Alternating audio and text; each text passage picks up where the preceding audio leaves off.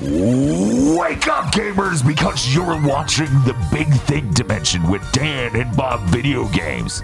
Gamers, I'm happy to announce Crash 2! Great, I love that game. Oh no, the industry's crashing again. No! Chris Wolfhard.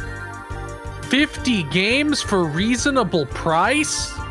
And Dr. Aggro. Deacon Day's back. Here on GigaBoots.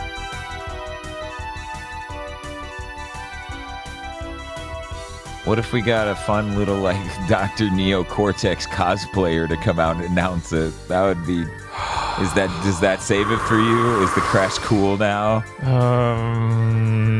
We need... Who is the face of the industry Crash?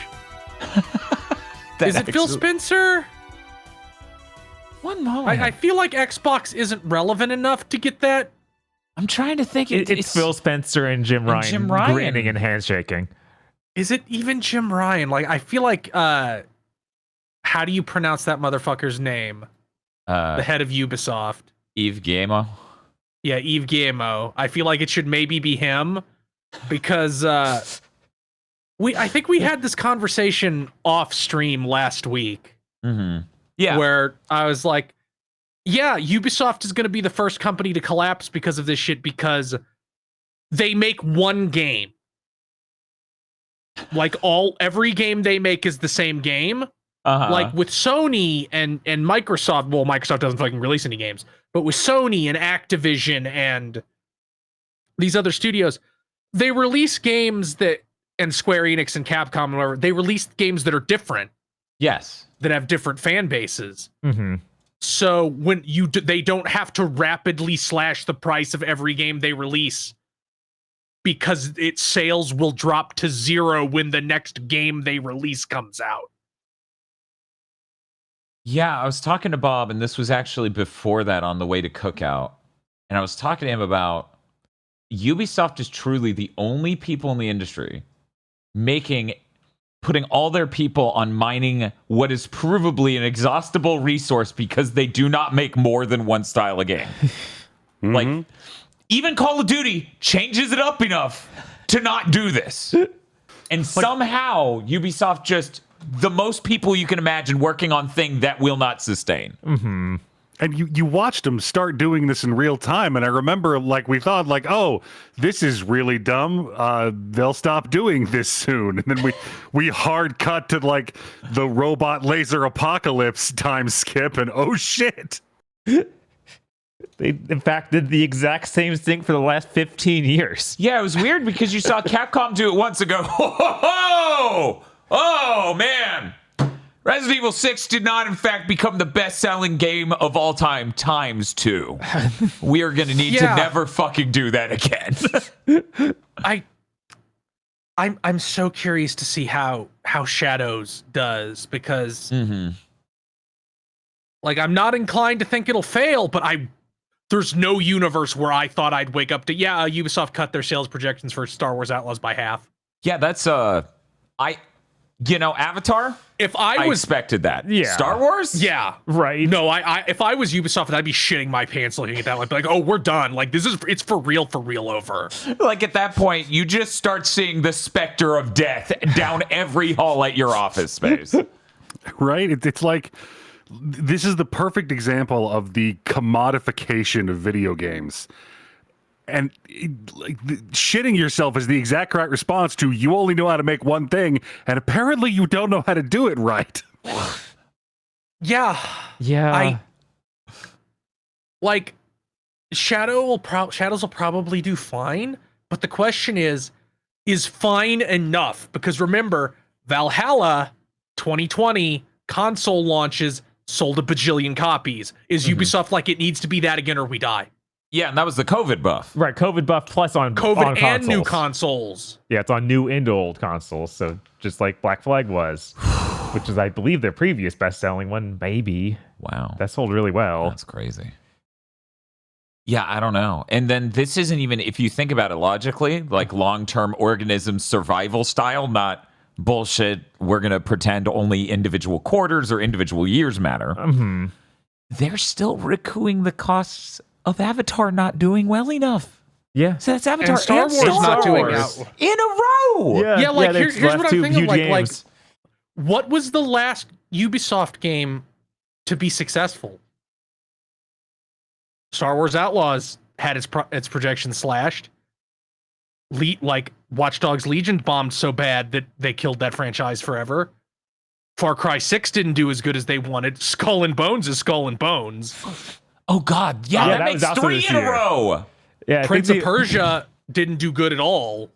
I was like, did that even meet expectations? They don't seem that upset about that one, probably because it didn't cost that much to make compared to these.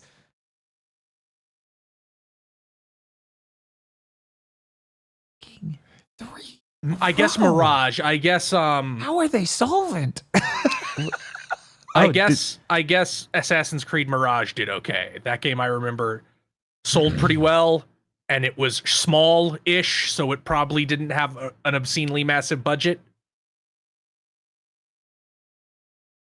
Yeah, and then so we've got 3 major flops in a single a single 12-month period. Mm-hmm. And Yep. then we've got Prince of Persia: The Lost Crown not doing well enough. Right. Like that didn't do well. And even if it did do really well for its budget, that still wouldn't offset any of the rest right. of It this. doesn't Yeah, they make up needed for like these. for it to offset anything, they needed like Metroid Dread numbers from it, Oh, and which they were technically, really clearly hoping for since Switch was lead platform. we should count X Defiant as well. Oh Right. yeah, and X Defiant, and remember fucking Hyperscape? That's gone too already. Right. But that was over a year ago now. But yeah, the last 12 months for Ubisoft is an unending nightmare. Like the Holy last shit. 3 Tom Clancy things they've attempted to launch have also failed, and it's just like we're just gonna keep supporting Rainbow Siege. That seems to be the only one that anybody likes. Jesus. Oh yeah, and they canceled Did those that- other did division that- things. Oh, that's did that right. I fucking forgot about weird? Did that fucking weird Black Goo game come out? that. Wasn't that X Defiant? Black Goo game. Yeah, No, it was not. It was not X Defiant. We Trying to saw a remember. trailer like Rainbow Six Parasite. Oh, There we go. Yeah. That- Did they cancel that? I don't I think don't they know. I'm canceled going it. to look. I don't think they canceled it. I don't know. Yeah, I feel like they might have launched it, It and then seems it like did really bad. I can't find any information on it. It looks like, and the last time they mentioned it was 2021. Oh my god. 2021 is the Oh last wait, time? wait. They changed its name. They changed its name. It's no Rainbow way. Six Quarantine. Okay, yeah, it turned into quarantine. Yes, It that's came right. out I in thought it was January Quarantine, it turned into 2022. It came out in January 2022. What do you mean Um, it came out? Yeah. Yeah, it came out in January 2022. It was a day one Game Pass game. Nobody played it, and they stopped supporting it halfway through 2022. Yeah. So yeah, that was also not a success. that checks out. I like telling people that mobile game where you fight Black Lives Matter and that you can't win by playing by the rules. That came out 3 years ago and died in 6 months. Yeah, it did. Mm-hmm. Yeah, it did. Man, it feels like we could have just done a Ubisoft is burning down segment. It's true. I mean, this is all stuff that's just been the case for years. But this one 12-month period feels know. like I'm surprised their doors are still open. Yeah, right now. I'm astonished that they are still a company. I mean, For it's sure. getting bad. Like I think if Shadows isn't the best-selling game in the Assassin's Creed franchise, I think there's a really strong possibility they have like the we wake up to the 10,000 people laid off by Ubisoft feels so unbelievably likely. Right, because the only thing that they even have going that's still making them money is Rainbow Six. I don't think that's enough to offset the rest of the company.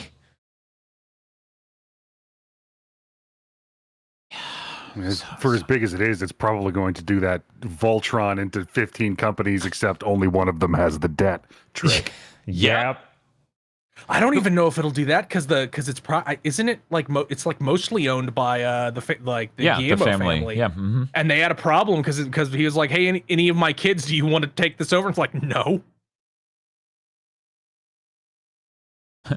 I see, chat. That feels illegal.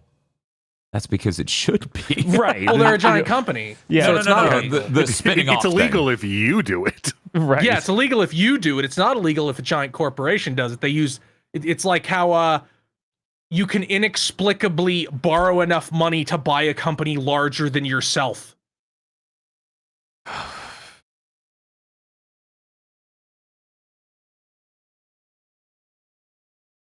So about Twitter. Everyone just quote tweeting him recently with, dude, you lost 75% of the value of this website. Stop bragging about how you could afford it. You couldn't, and it's going to bite your ass any day now. My favorite is that like every 2 weeks, some brain dead Elon Musk fanboys like, Elon Musk fired 80% of Twitter staff and it's fine. I'm like, no, it's not. The site breaks constantly and lost every single one of its advertisers because all the moderation team is gone. Mm-hmm. Like the scenario you are presenting very explicitly did not happen.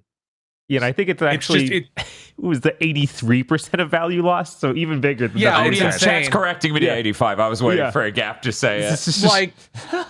like we're on the level where they're doing like the shamanic chants shit where like if we say it enough, reality will bend and it will become true. All I can think about is like the phrase masterful gambit has been absolutely tied to that man now in my head as everyone's just like, masterful gambit, sir.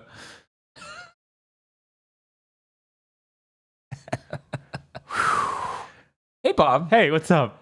Shooting from the hip, how many Sonic games do you think we played since last Big Think Dimension? I'm just going to throw a number out there and say 15. It is surprisingly not 15. You know why? Why is that? We just barely did the advanced games before last Big Thing, which means we did Rush Adventures, we played Colors, we beat Lost World. So that's 4. Mm-hmm. Oh my God. We did Omens. We did Omens. That's a Sonic game. It has Sonic in the title. It does. We did. Oh my God, we played Lost so much World, Sonic the 3DS. Hedgehog. Did you say that? Yeah. Generations 3DS? Oh, that was the one I was missing. Generations 3DS. Okay. I always skip over that one. Somehow I remember Colors DS, but not Generations 3DS. Then we did all the Sonic games yesterday. Oh, yeah, we did Game Gear 1 and 2. Game Gear 1 and 2, Chaos, Triple Trouble, Blast, and then the tiniest amount of Tails Sky Patrol. Tails Sky. 12 Sonic the Hedgehog games. I would have been right if we didn't do Advance. Yeah, if the Advance had actually happened. Yeah. Because I thought it did until I looked back at our streaming schedule. I was like, holy shit. Yeah, it's almost like the last week is a blur. It's almost like that. Some sort of blue blur. Mm-hmm. Remember when Mega Man, like the Capcom people were like, he's the blue bomber. And as a kid, I'm like, he doesn't really bomb things, but okay. Yeah, I was like, I accepted it because I like the commercial because the other kids were talking about the blue bomber. They're like, hey, kid, call him the blue bomber. And they're like, wow, that's his name? I never knew that. And they're like, it sure is. Say it into this microphone. Yes. So it's like Bomber, man. So about chants you keep reciting until they're real. That is how marketing works. Amazing moment. I want that to happen now with a just as old video game character. We need, like, they need to try to give Lara Croft some edge with the next game. Oh my God. I don't know how. We need That's something too much agency. We need. It's true. That's why it won't happen. But I'm just thinking how funny it would be to try to market a character, right? like the last one, the one that Crystal Dynamics did and totally fucked up that franchise forever. Has her like come out of the water with fire behind her like she's fucking Sephiroth at Nibelheim and knife a dude to death, but somehow she doesn't come off as edgy at all. Like she seems like she's almost about to cry in that scene. Like I've never seen a franchise that those new games are like so hardcore. No, she must not be action girl. She must be cry waifu, even when she's doing the big murders. I thought you were shooting for something as a similar age to when that commercial came out. So I was like, man, what IPs have even been made in like the last 6 to like 10 years? Because I feel like that commercial was running around 10 years after. Yeah, it was about 10 years into Mega Man because it was 10 or 12 because it was late 90s. Right. And Mega Man 87, 86. So it was like, what is it? Aloy is getting rebranded. We're trying to come up with a name for her. Anything but that. One moment, I got this. We definitely have IPs that were born 10 years ago, right? Hey, everyone, we definitely have IPs that were born 10 years ago because we didn't. That's a really bad sign for our industry. We got Aloy. Okay. Deacon. Got Aloy. Deacon was only 5. Oh my god. Okay. Give me 10. 10. Splatoon? Was Splatoon 1 2014? It might have been. I think that's right. That time's out. Splatoon. There we go. We got to rebrand Splatoon.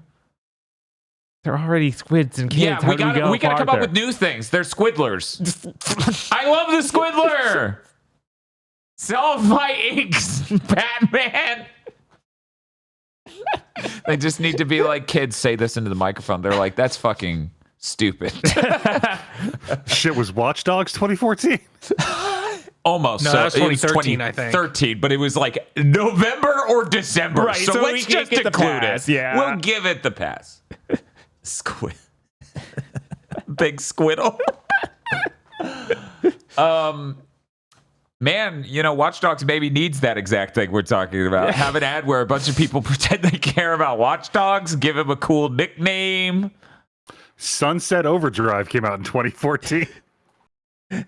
So here's the problem. I would like the IP to have done anything other than one game ever, because it's like it's supposed to be a brand. It's funny that most of those are like, yeah, there isn't a main character to even latch onto. Even Splatoon. I mean, There's an iconic hat.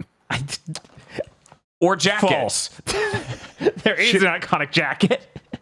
Didn't Destiny 1 come out in 2014? It did.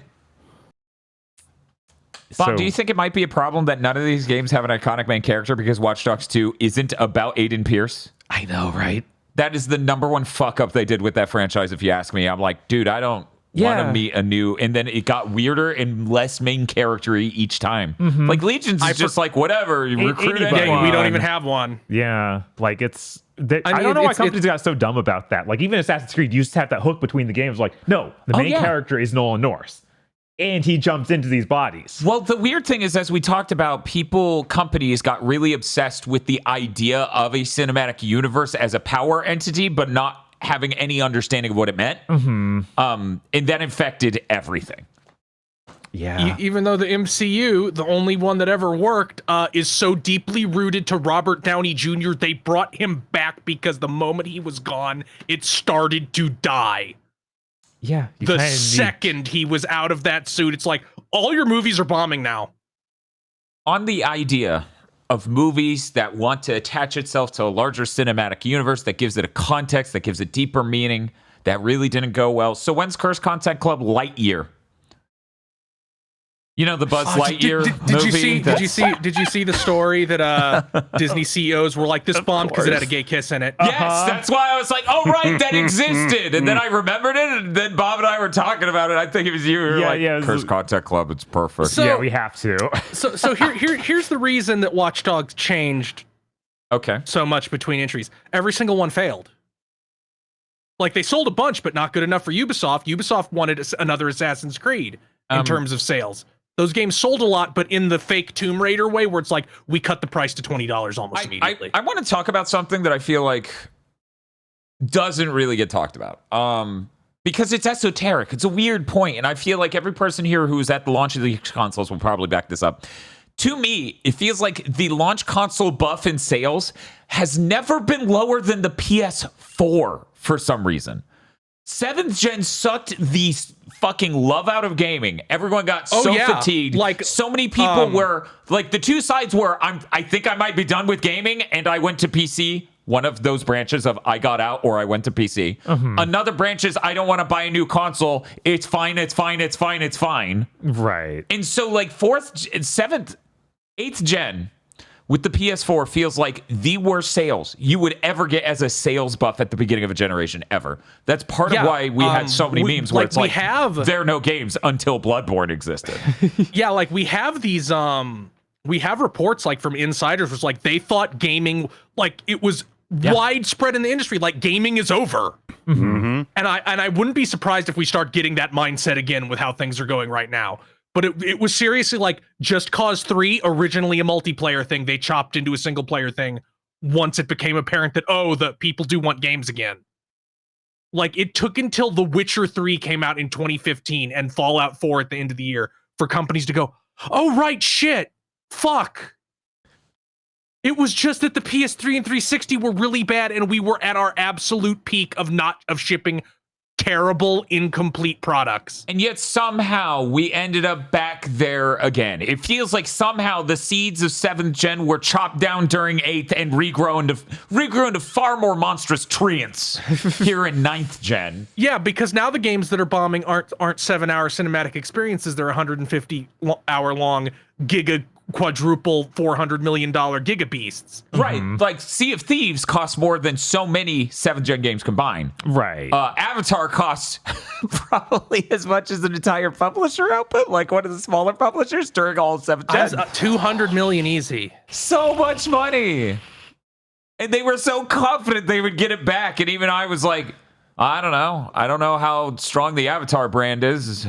I don't know if that ever worked for the games back when it was huge. I don't know. I didn't really run into people, even as someone who enjoyed Avatar for the sheer spectacle, I didn't really run into people who loved it enough to buy the game. Yeah, it's somehow Avatar is exclusively that movie experience with James Cameron. Like, yeah, there's nothing else. Like, honestly, like I don't think they picked it because they figured it would be a compelling video game experience. What I'm terrified of is we all listened for years to executives say shit like, oh, gamers are demanding that the games be bigger and more expensive with better graphics and effects. And someone went, Avatar. That was expensive. We can make an expensive video game out of that. Maybe. I mean, that makes as much sense as anything else. I mean, we keep talking. I keep talking about it. I keep saying this over and over because people ask constantly. They're like, "Why are these companies firing people?" Because they're firing people. It's like they don't have a reason. All of these profits are record highs. They don't have a reason. Microsoft's doing. This is spoilers for news. They're doing a stock buyback. They're fine. Why are they closed? Why are they firing all these people? So literally, aggro, yeah, they might just be going, we need to make an expensive game.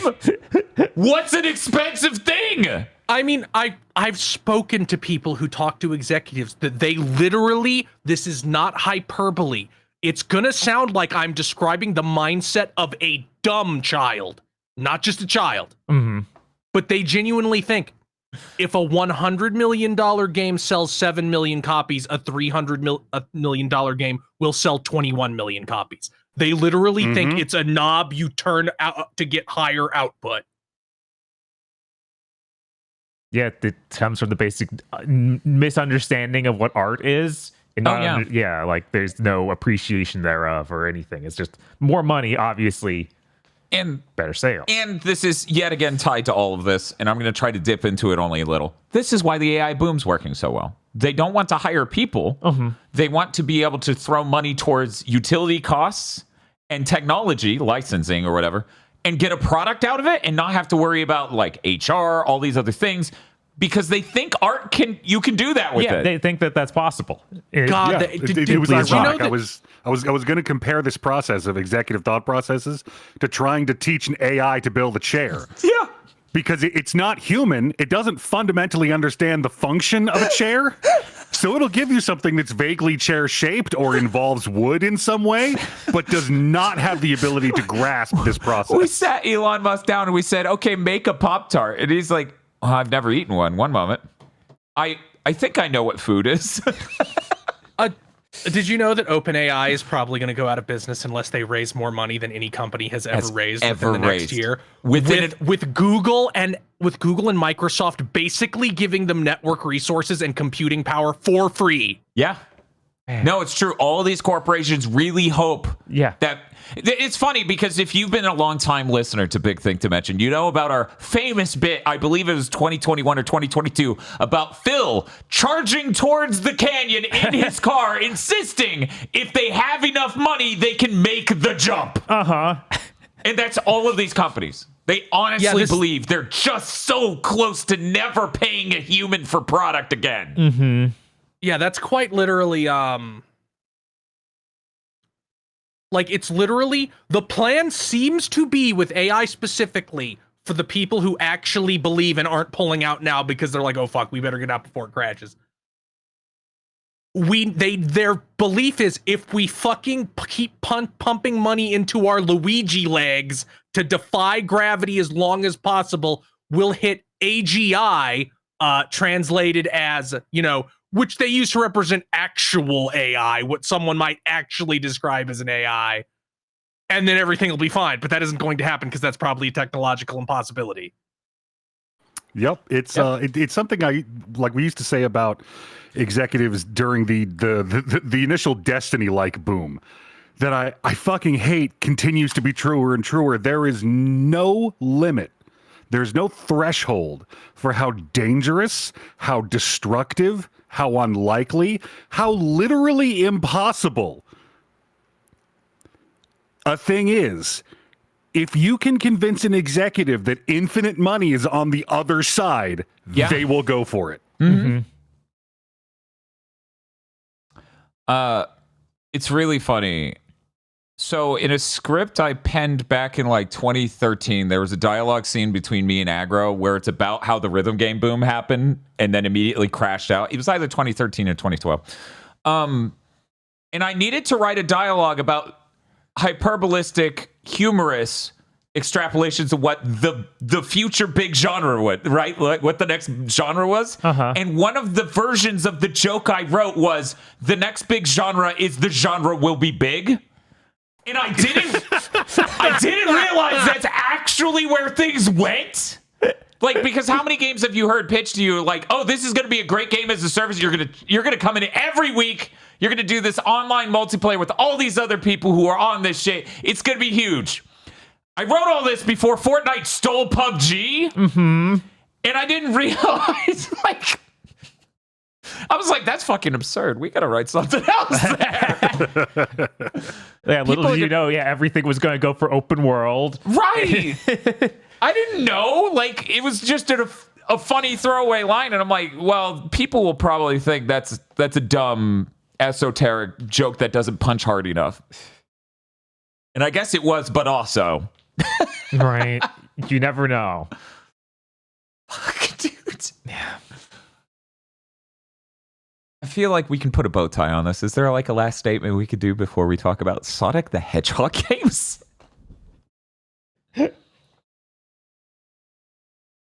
So we played Sonic the Hedgehog games. I can't believe you beat Lost World 3DS. You're insane. That was so funny, though. It was. It's like we shouldn't have. Let's be clear. No, you absolutely shouldn't have. That game is like, twice as long as the console version. They're like, see all these parts that are neat that you've been looking for to Lost World? We're just going to crudely rip all those cutscenes out and all those neat moments. And I'm like, okay, here's the best way to show how much they cut out. We didn't hear Zavok's name said once. No.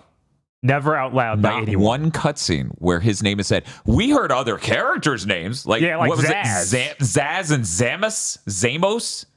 Because I kept making fun of it. Those were... he's the leader of the bunch. We knew him well. If only I could fucking know his name. Right? I don't... Like...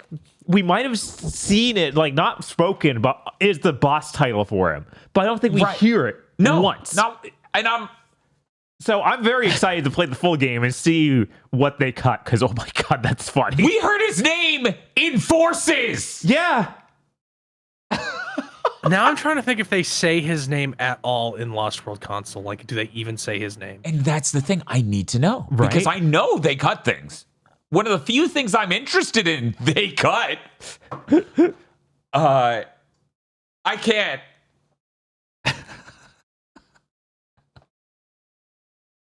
Also, why are their names Zeddies? What's a Zeddy? That even Chris is in chat the whole time. Zony? No, that's Zonies. Ratchet and Clank. Yeah, that's Ratchet and Clank. They were Zeddies. I thought it was a Z. Z. Yeah, that's it. Even though I feel like if they're supposed to be anything, it's supposed to be yokai, like it's supposed to be Oni, because they all have horns, they throw rocks. Yeah, they're pretty Oni coded. They are commanded with a some sort of weird conch shell. Yeah, so I'm like, what did it mean? But at least it's a thing they wrote. At least that game's pretty funny. Yeah, there are numerous funny moments throughout it. I still can't believe Locutus of Tales was cut. I'm like, excuse me? What? Was it? Yeah, that's not in the game! They have him on the table in the next cutscene. It's like, whatever. I swear to God, I saw him in that stream of yours. It's just one cutscene, and then he turns around and shoots at them instead. For the tiniest amount of time when I'm in the other room getting a drink? Well, it's him Borgified. When he's all they show him for like one moment like that. One moment. But they don't have him in like how he removes it. So they cut like that's that I think I'm pretty sure that's what it is in the consoles. Like, I'll have to review the VOD because I've seen the cutscenes of the console. It's definitely more than that. Yeah, because they show him getting out of the Borg making machine, and then they show the next scene where he is Borgified. And then the next scene after that, he's just the next normal. Scene after, and they don't have a moment of like here's how I. Yeah, I don't think they showed that. Yeah, I swear they showed that. Okay, I swear. Yeah, that fucking game's weird though. Yeah, that game is bizarre and has all sorts of like. But it's like, what is this? It's like amazing because it's 3D dimps. Like, do you realize how interesting that is? They made like 7 Sonic games before this, and none of them were like 3D gameplay. No. And this was the one. This was the one where Sega went, nah, we're good. Thanks. We're gonna get Senzaro to make the next ones because they're American and you're not. Because that was Boom. Yeah. Boom is a very Western, right? And pioneered and steered thing. Okay, we're going to the Goku mines, and then they just like put on like the hair and walk off screen. They're like, well, I say, I don't care that you removed us from these portable Sonic games because we're going to make the best Vita game ever made, Freedom Wars, and people will cherish it for years to come. And then Bob and I went, like, we started the ritual, we got a goat corpse, we're sacrificing a small child, and we're like, give us a fucking Sony Japan game no one remembers on PS5, and we plunged the dagger into its heart. Anyways, Freedom Wars is back. You're welcome, Freedom Heads. Or, you know what? Warheads. all one of you. I feel like the S doesn't belong in that statement. Look, we can just say Eric's name. We don't need to, like, if it's just one guy, you can be like, you're welcome, Eric. Like, this is getting ahead of that announcement, but what the fuck? I know. Bro. Why you're reviving a Monster Hunter knockoff from the Vita in 2024, 2025? Because that's when it comes out. Monster Hunter Wilds comes out 2 months after you, bro. Yeah, I don't know why they lined it up like that. At least they got it out before. That's true. At least they got it out. If it was even one day later. You just saw Koei Tecmo blow their own legs off with that Wild Hearts. What the Wild Hearts shit. Which sold nothing and nobody ever played it. Yeah, that's why this is just a remaster. They're like, if it does well, we'll do a sequel. I'm fucking thrilled. You're definitely gonna get a fucking sequel to that. I'm jazzed. I want Soul Sacrifice next. I don't know who would publish it because the weird thing is Sony's name isn't on this. No, not at all. Level 5 would publish it because they own Concept. Yeah, that could happen. Except it won't because they're gonna look at it and be like, no. Right. And even if they said yes, it would take way too long to make, even though it's just a port. So anyways, the GigaBoots curse/blessing is fucking crazy now. I am only now becoming aware of the evil energy we constantly play with over here by streaming video games and saying shit nonstop.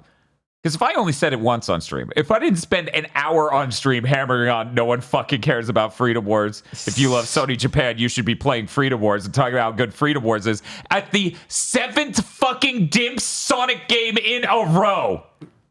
It's so crazy that it's getting so bad that even I'm starting to develop that power because Darksiders came back. Oh, hell yeah. Everybody loves that. Maybe. I'm still not entirely convinced that new project isn't still a remake of one. Chris, they put it like the thing in the text blurb for that trailer for Darksiders 2 Remastered. That said this is not that project. Yeah. But the fact they're doing 2 makes me more afraid. Well, obviously because they have to do 2 because it's a high-end remake of 1. Jesus. That game did need a fucking PS5 update, though. It only runs at 30 because it's locked. Yeah, none of these games should only run at 30. Yeah, no. In fact, There shouldn't be- One moment. No game should run at 30. We live in 2024. I'm going to be honest. There is no reason for any PS4 game to run at 30 now. Like, you need to go in there on PS5, obviously. But Yeah. you need to go in there. You need to do whatever it takes. Just go in there and be like, okay, we'll turn that to 60. Hey, WB. You know, it would be sell you a few more copies of Arkham Knight. What's that? Updating it for next gen. Okay, we'll let Iron Galaxy handle it. You could even charge $5. I'd rather it be free, but charge $5 if you gotta. I think 10 is probably too much, but 5? If you also make the loading good, like better than just it naturally is.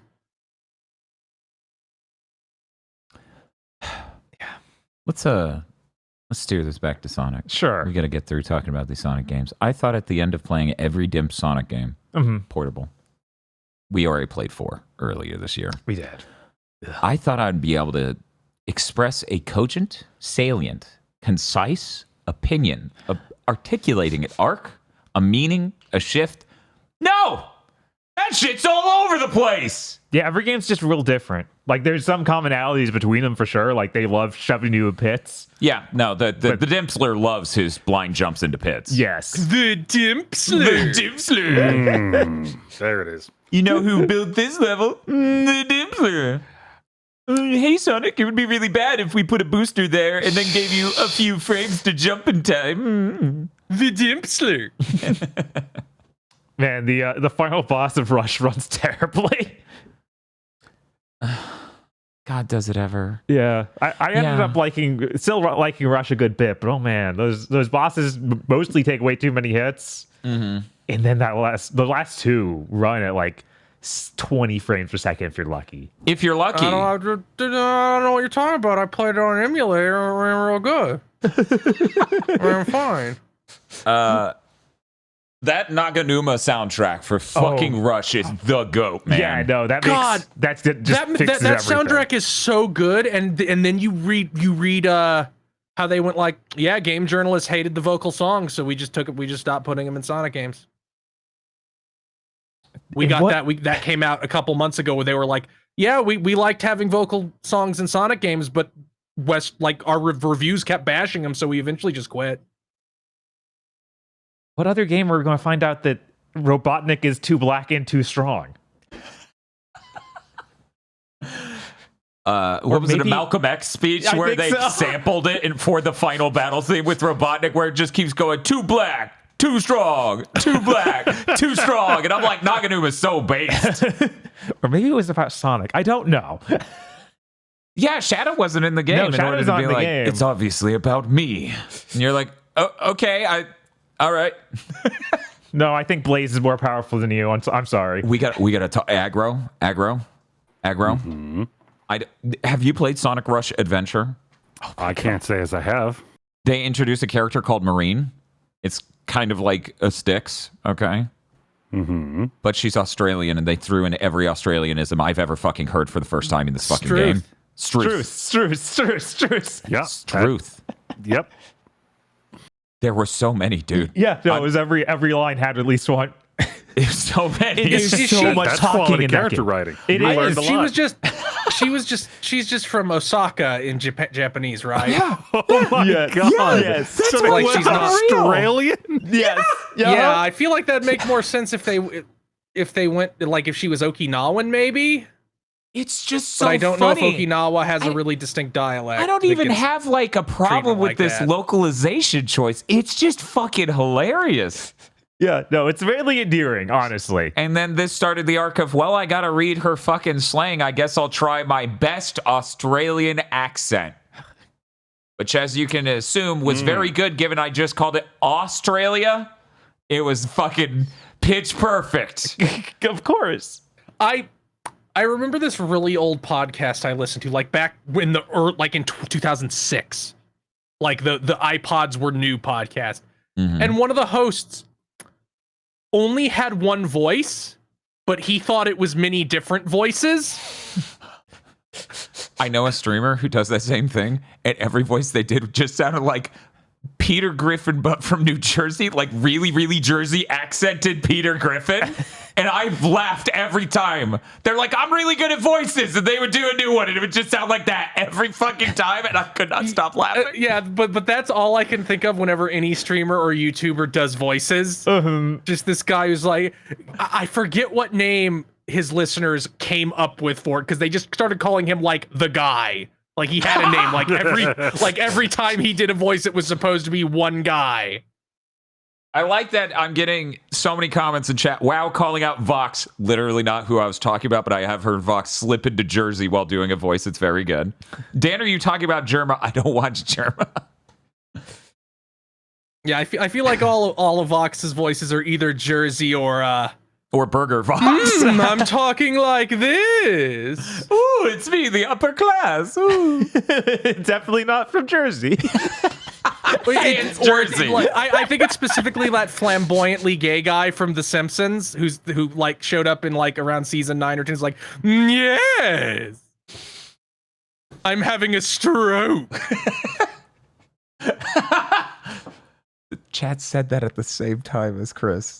Jesus. All right. Is his name Maximilian Pegasus?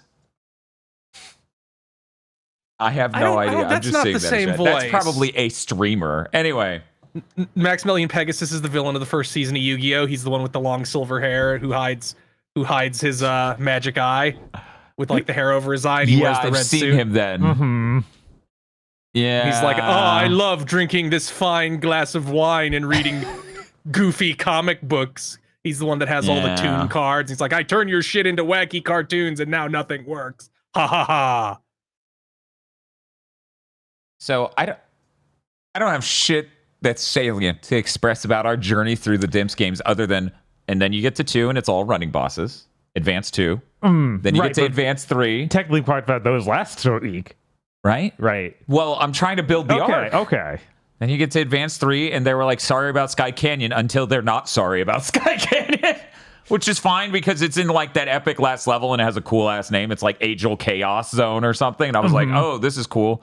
Really novel thing for fucking Sonic to be doing with this. Like you're on a lift and you need to time your jumps and race up to get to the, like I'd never seen a Sonic game do that exact idea. Chaos Angel. Yeah. Really like cool. Then we go to Rush and it's like, okay, the soundtrack's banging. There's some neat ideas here. I like the boost button. And this is the beginning of the one lesson we can take out of these, weirdly enough. Dim's portable Sonic games innovated in ways that later the mainline games did. Yeah. I was shocked to find out they designed boost gameplay. Like it functions almost identically. And it's like, that's kind of like Mega Man Classic games did that, where the portable games would invent the shop and they would invent fighting 4 bosses at a time so they can build the second set of bosses out of like the powers you would have from the first set of 4, which makes the level design more interesting. Mega Man 7 and 8 later took that, and maybe 7 did that because it was being developed by Mitakuchi Engineering before it was ripped back by Capcom and then turned into, in their terms, an actually good game or finished game in 3 months. They did a good job. I like Mega Man 7 a lot. I do like Mega Man 7. It also looks ridiculous for a Super Nintendo game. It does. It's like one of the prettiest Super Nintendo games. And the soundtrack's amazing. I love the soundtrack. Like, for me, the soundtrack to Mega Man 7 is like basically a 10 out of 10 for SNES soundtracks, 100%. So it's really weird. It's really weird that would end up being the case, that Dim's portable Sonic is like, we invented the boost gameplay. There was another thing we found later that was like, oh, this is like adopted by even later Sonic games. Wasn't it something that showed up in Frontiers or something? Yeah, there was something else that like, there were like these 2 other things that were like, oh, this is here already? Yeah, we kept doing the guys. Did this show up before this in the main line? And people are like, no. And we're like, oh, tricks. They invented tricks. Oh, yeah. Oh, God. Yeah, they invented that. Really? Okay, yeah. Man. Jesus. And the wind kick. That was the thing that showed up in Frontiers. Where if you're targeting an enemy in Lost World 3DS, instead of having the dive kick weird thing you get on the console version, Sonic can do really fast kicks to send out like sonic boom like things, wind cutters at the enemy you're looking at. And that is like a thing in Frontiers. Yeah, and that feels crazy to think about. I don't know what, like, when that happened. Like, if it showed up beforehand.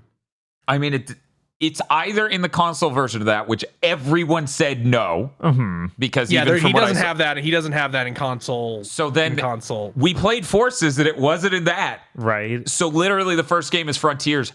Insane to think. I mean, it could be be in Sonic Battle. Would that still be a portable game? That's true. But that one's not made by Dimps Mode, right? Right? Who made that? I also think Sonic has something that functions like that. I forget if it's a kick, but he has something like that in Sonic Adventure 2 Battle, and he will use it on the on Shadow's story when you're fighting him in the at the end of the. So it might story. not have been something that was a mechanic in a game, but it would have shown up in some way. Thing, Thing he could do. Yeah, people are calling it Sonic Wind. Yeah. Sonic Battle was made by Sonic Team. Oof. I was hoping it was like I need to check. I need to check if right. there's. I need to check if there's like a ROM hack that rips out every single bit of grinding from that game. So maybe I'll beat it someday. Yeah, that would or be just nice. use cheat. Why not? Sarah is saying Sonic Wind is definitely not a kick style thing, though. Yeah, because if it's anything like the Chaos Spears from Shadow, it just sort of summons this energy when you hit the B button and get the cool animation. Right. Man, yeah, no, it just feels crazy. It's like Dimps heavily influenced the course of mainline Sonic while not intending to. Right. They're like, oh, cool, Boost. This is a neat idea in 2D. And then eventually Unleashed happens, and it's like, guess what? That is what we do now. It's so weird because I feel like when they do Boost in 2D, it makes sense. And the Boost in 2D segments in like regular console Sonic are terrible. Like that's not used in the same manner, and it ends up making really a bad level design. Whereas Boost in 3D, it is Unleashed, I feel like, and then in no other way does it ever do that. Generations has the boost though. Yeah. So yeah. But I think it uses it wrong. Yeah, and that's the thing. Like, I agree with you, Bob, but that's kind of predicated on the notion of the 2D gameplay in 3D Sonics. I think feels like I'm not going to say I think it's 2024. It's time to realize those physics feel bad. Yeah, that just feel bad. Like it's not tight. If I'm going to allow those into the good physics clubs, we're going to have to relitigate Arrow the Acrobat and countless other fucking Scrimblows, and I don't want to do that. Yeah, Could you imagine though? I rank every Scrimblow and platformer based on physics alone and nothing else, and I'm like, plot's doing well or some insane shit. Jesus, just watching them, it's like, oh, all these, like the advanced games and the rush games, just have better physics than every. Here's classic Sonic in a modern Sonic game thing. Yeah, like I knew they'd be better than Forces because Forces is maybe worse than Sonic 4. Forces like is more damaging to the franchise than Sonic 4, as we talked about a lot during us playing Sonic Omens and me going, yeah, I absolutely understand the dude who's like, this is the best Sonic game ever made because they just came from Forces. 100%. Whew. Damning castigation. Because like, what was it? Forces was 3 hours and 45 minutes even playing the Shadow DLC, and it barely has what you would call a linear story that's cogent. Most of the time, you'll hear a thing or a thing will be said in it, and it won't really make a lot of... It doesn't orchestrate a level of actions happening at the global scale like it wants to that make a cohesive story. Sonic Forces is depressing. Yes. Sonic was tortured for 9 months. Only in America, though. That's true. Because what was it in Japan? It was something like he was being held. Right. Like they used a word for being in detention of some sort. Yeah, it's so weird, that game. Yeah. Did we played that before last big thing? Yeah, we did. Okay, we're good. But yeah, anyways, I think the number one thing to come out of this. Okay, here's my top list of Dimps learnings. Every Dimps portable Sonic game controls better than Sonic 4. Confounding, right? Given they made Sonic 4. And people say the engine's the same. Naganuma makes some damn good music in Sonic Rush. Mm-hmm. Humorously, as an addendum to that second point, Sonic Rush Adventure is still trying to make Fatboy Slim music, but it's clearly not Naganuma. It doesn't ring the same at all, but it is clearly going for that same adjacent genre. Yeah, it's not bad, but it certainly isn't him. Mm-hmm. And then the third thing, portable Sonic's Dimps games keep having an outsized influence, given that they're the people that they outsourced to for the portable versions of games and got their own low budget franchise. That's a very strange thing. Mm-hmm. And I can't believe I could point to 2 instances in the game industry, 2 different franchises that did that between Mega Man and Sonic. That's crazy. Mm-hmm. Man. Aside from that, I don't got anything else to say. They're gorgeous games.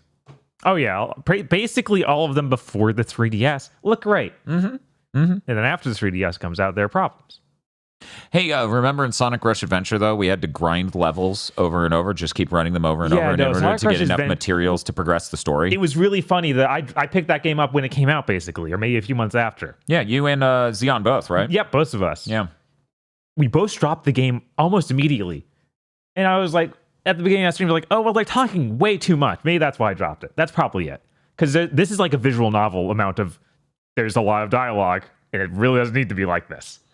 It's weird because it could be like that if the story was good. Right, but the story doesn't have anything. It's very thin story and it doesn't need that much. I don't know. I think there's certain genres that can support your big visual novel conversations, and a 2D platformer is very explicitly not one of them. Inti creates. I don't know. Well, okay, that's in the middle of stories and things. Like, you're playing the game and they're saying stuff at the bottom, right? That doesn't happen here, so that helps that at least. I mean, they also stop constantly and have conversations. Yeah, right. So that's the thing. Like, this didn't do that at all. You beat a level, then it plays the shit. Right, but still, that's stopping and not being able to play the game again for like 15 plus minutes while it does a cutscene, basically. I mean, I'm all sorts of like for people having giant stories in their games. I mean, no one would have looked at the genre of game, the battle moments in 13 Sentinels was, and go, you know what would be great? Is if this was 30% of your game and the rest of it was just fucking writing. I think the problem here is just it wouldn't be a bad story if it was much smaller, like a 10th the size of the writing. Mm-hmm. And it could be the same size if it was like actually really good and things were being done. But the problem is, how many times do we see them flip a sprite and then have it slide somewhere and do a thing? Yeah, I mean, and they just have to write, they then arrived and the pirate had the thing and they need the thing. Right. The entire story is, the pirate's gone somewhere else. We need a new boat to get to that place. Right. They didn't write a list of characters, a world, or anything, events happening to support a story with that many words is the problem here. Because I'm totally cool with, like, sure, write your thing. Because whatever, the start button's right there. If I get tired of it, I can just... problem is they didn't write a story that can support that structure. Like, at all. Yeah, and then the other half of this was the game requires you to grind levels. Yeah. Literally just replay levels over and over again to get materials to make the vehicle that takes you to the next level. Mm-hmm. Which is just dreadful. Yeah, that's what I was talking about to begin with. Like, that... Who made them do this to make the playtime longer? We were talking about it's probably a Monster Hunter influence. Yeah, something because that just does not have a place in this genre. Yeah, it would have been after the boom of Monster Hunter in Japan for certain. Mm-hmm. So of course, all I can think about is Mercenary Kings. I think it's literally as simple as they said the other one was too short. Make it longer by making you grind. People didn't like that it was so hard either, so just make it longer by making you grind. And then the bosses run even worse. Yeah. Because keep in mind, the bosses in Rush run at 30 frames per second, and the final boss is run really poorly. Like, really, really poorly. Mm-hmm. But at least most of them kind of held to that 30. These, they didn't even get close. No. And, in order to grind materials efficiently, sometimes you are just running those bosses repeatedly. Mm-hmm. Sometimes beating the bosses faster than you doing a whole level. I don't have anything else to say about these. I'm really glad we went on this journey because these are really cool. The only one we didn't beat that was by them was Sonic Colors on DS, which was fine. Yeah, that seemed neat. It's just we were more interested in everything else. The other thing, Generations has a totally new, unique set of levels to that version. Like, those are not in the console version. Yeah. Most of them. There's like a few overlapping, but most of them are brand new levels. Yeah, at least half, I think, are just completely unique to it. Yeah. Right. Oh, that was another thing that showed up. In Rush, there's an area that looks very much like the Unleashed main area. But Rush came out Soliana. well before. Yeah, Soliana. I can't remember what that area was called in Rush, but it was just blatantly Soliana. And I'm like... Isn't Soliana 06? Is Soliana 06? I think Soliana is 06. The level we're talking about in Rush is called Water Palace. Wait, Sonic Unleashed. It's just Greece, guys. That doesn't matter. Yeah, it was still the first one to do Greece. We're talking about in the context of Sonic the Hedgehog levels. You might notice Green Hill Zone does is look not a lot just like Greece. Unleashed. That does look like the first level in Unleashed, yeah. A Podos, thank you. Yeah, it looks exactly like a Podos. It's very fascinating in that way. Right, which is neat. And they put that into Generations, which was also cool because then we had the Naganuma remix. Yeah. Surely there is some staff crossover between Rush and Unleashed. It seems insane for there not to be. Surely there must be some. Yeah, I would be very interested in seeing the cross-reference of those credits. And my last comment, I absolutely have to get into the Sonic segment, or I'll go insane later after Big Think ends and goes, no! Wikipedia says that the people who made Sonic the Hedgehog Pocket Adventure on the Neo Geo Color or whatever, the Neo Geo Pocket Color, I believe, made the advanced games, like they founded Dimps and then they made the Sonic advanced games. I don't see one shared name between the entire credits list of both games. So there's no citation on that. Right. So if someone in our fan base can either thoroughly prove that happened, I'm willing to call that as just kind of maybe bullshit. Which is unfortunate because that's a good lore. However, Bob and I were talking about, well, maybe they meant Aspect because there were certain designs of the later Game Gear games made by Aspect that lined up with Dimps. Wait, Dimps made Unleashed Wii. Bob thinks the most deranged thing I've done in Sonic Month is buy both the Wii and PS2 version of Unleashed, so now I have all three versions. Yeah. He might be right. He might be right. Honestly, what I wanted instead of that was the PS2 version of Zero Gravity because it is the funniest comparison you could ever make. One of the Wii version, okay, has textures. And the PS2 version has a smeared gray with speckles on the ground. It is depressing. And I'm like, please tell me that's a broken emulator on PS2. I do not want to trust this graphics comparison. Oh, you want to play with a real controller? This is what you get. You didn't understand the vision. Well, I can't see the vision. All I see is gray. Yeah, Zero Gravity on PS2. Very, very interested in getting that at some point, just to confirm firsthand that it really, really looks that goddamn bad. But we have the Wii version. The eBay seller scared the shit out of me though, because when it arrived, it wasn't Sonic Riders Zero Gravity. It was. You still have it over there. You can hold it up in front of you and it'll show. It was in this box. Yeah. I was like, Sega All Stars Racing, you fucked me. No, Sonic Month is ruined. And then I opened it. It's fucking Riders Zero Gravity inside. How the hell? It's very funny. Yeah. Terrible, actually, but very funny. Not cool. I should probably send them an email and be like, I kind of want the real box, bro. And I'm keeping this one. Anything else? I don't think so. Was that all the Sonic games? Oh, right. There's all the Game Gear stuff. There's all the Game Gear stuff. But and that stuff's really interesting because Sonic 1 is way easier on Game Gear than it is on the Master System, even though you can see more on the Master System. So notionally, that should be the easier version for a fast platformer like Sonic the Hedgehog, but it isn't because the Game Gear has completely redesigned levels. We did that. I don't know. I didn't have any trouble with it. Oh. I mean, the level design's completely different. Yeah, they redesigned a lot of levels in the Game Gear just to make them better. And I'll never know about Sonic 2 because I refuse to play it after watching what happened to Dan. Yeah. So, in Sonic 2 on Game Gear, you can reach a level where they give you 3 1-ups. So I'm like, oh, I know what to do. I'll just hit the cap and we'll check if it actually stops you at 9 lives or if it goes above that. And it goes above that. So I grinded out somewhere around 26 lives. You know, grab 3 die. We get to the 4th zone in this game. that has 7 zones. Keep in mind, the first boss of the game is an absolute filter. It is the hardest thing we dealt with. Because it's an antlion and you're on a slope and there are bouncing balls and you can barely see anything because you're on the Game Gear instead of the Master System. Oh, yeah. And you get no rings because they're deranged. Yeah, the Sonic Game Gear games a lot of times will not give you rings for a boss fight. There's like, no, this is for hardcore winners. So we get to Zone 4, Green Hills. And they make you do 8 blind jumps off of a spring in a row, arguably 7, over spikes. With no rings and no way to get back up if you did even have rings. And I lost every life there. Imagine dying to that many blind jumps in a row 25 times. Do you know what that feels like?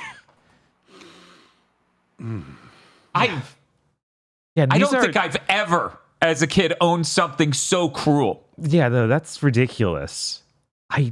They like didn't, because no one can make past the antlion, they didn't even bother to look at the other ones. Like, yeah, we put a game there, I guess. And it's worth knowing that Sonic 2 on Game Gear is made by Aspect, the people who handled all the other Sonic on Game Gears. After the first one. Yes.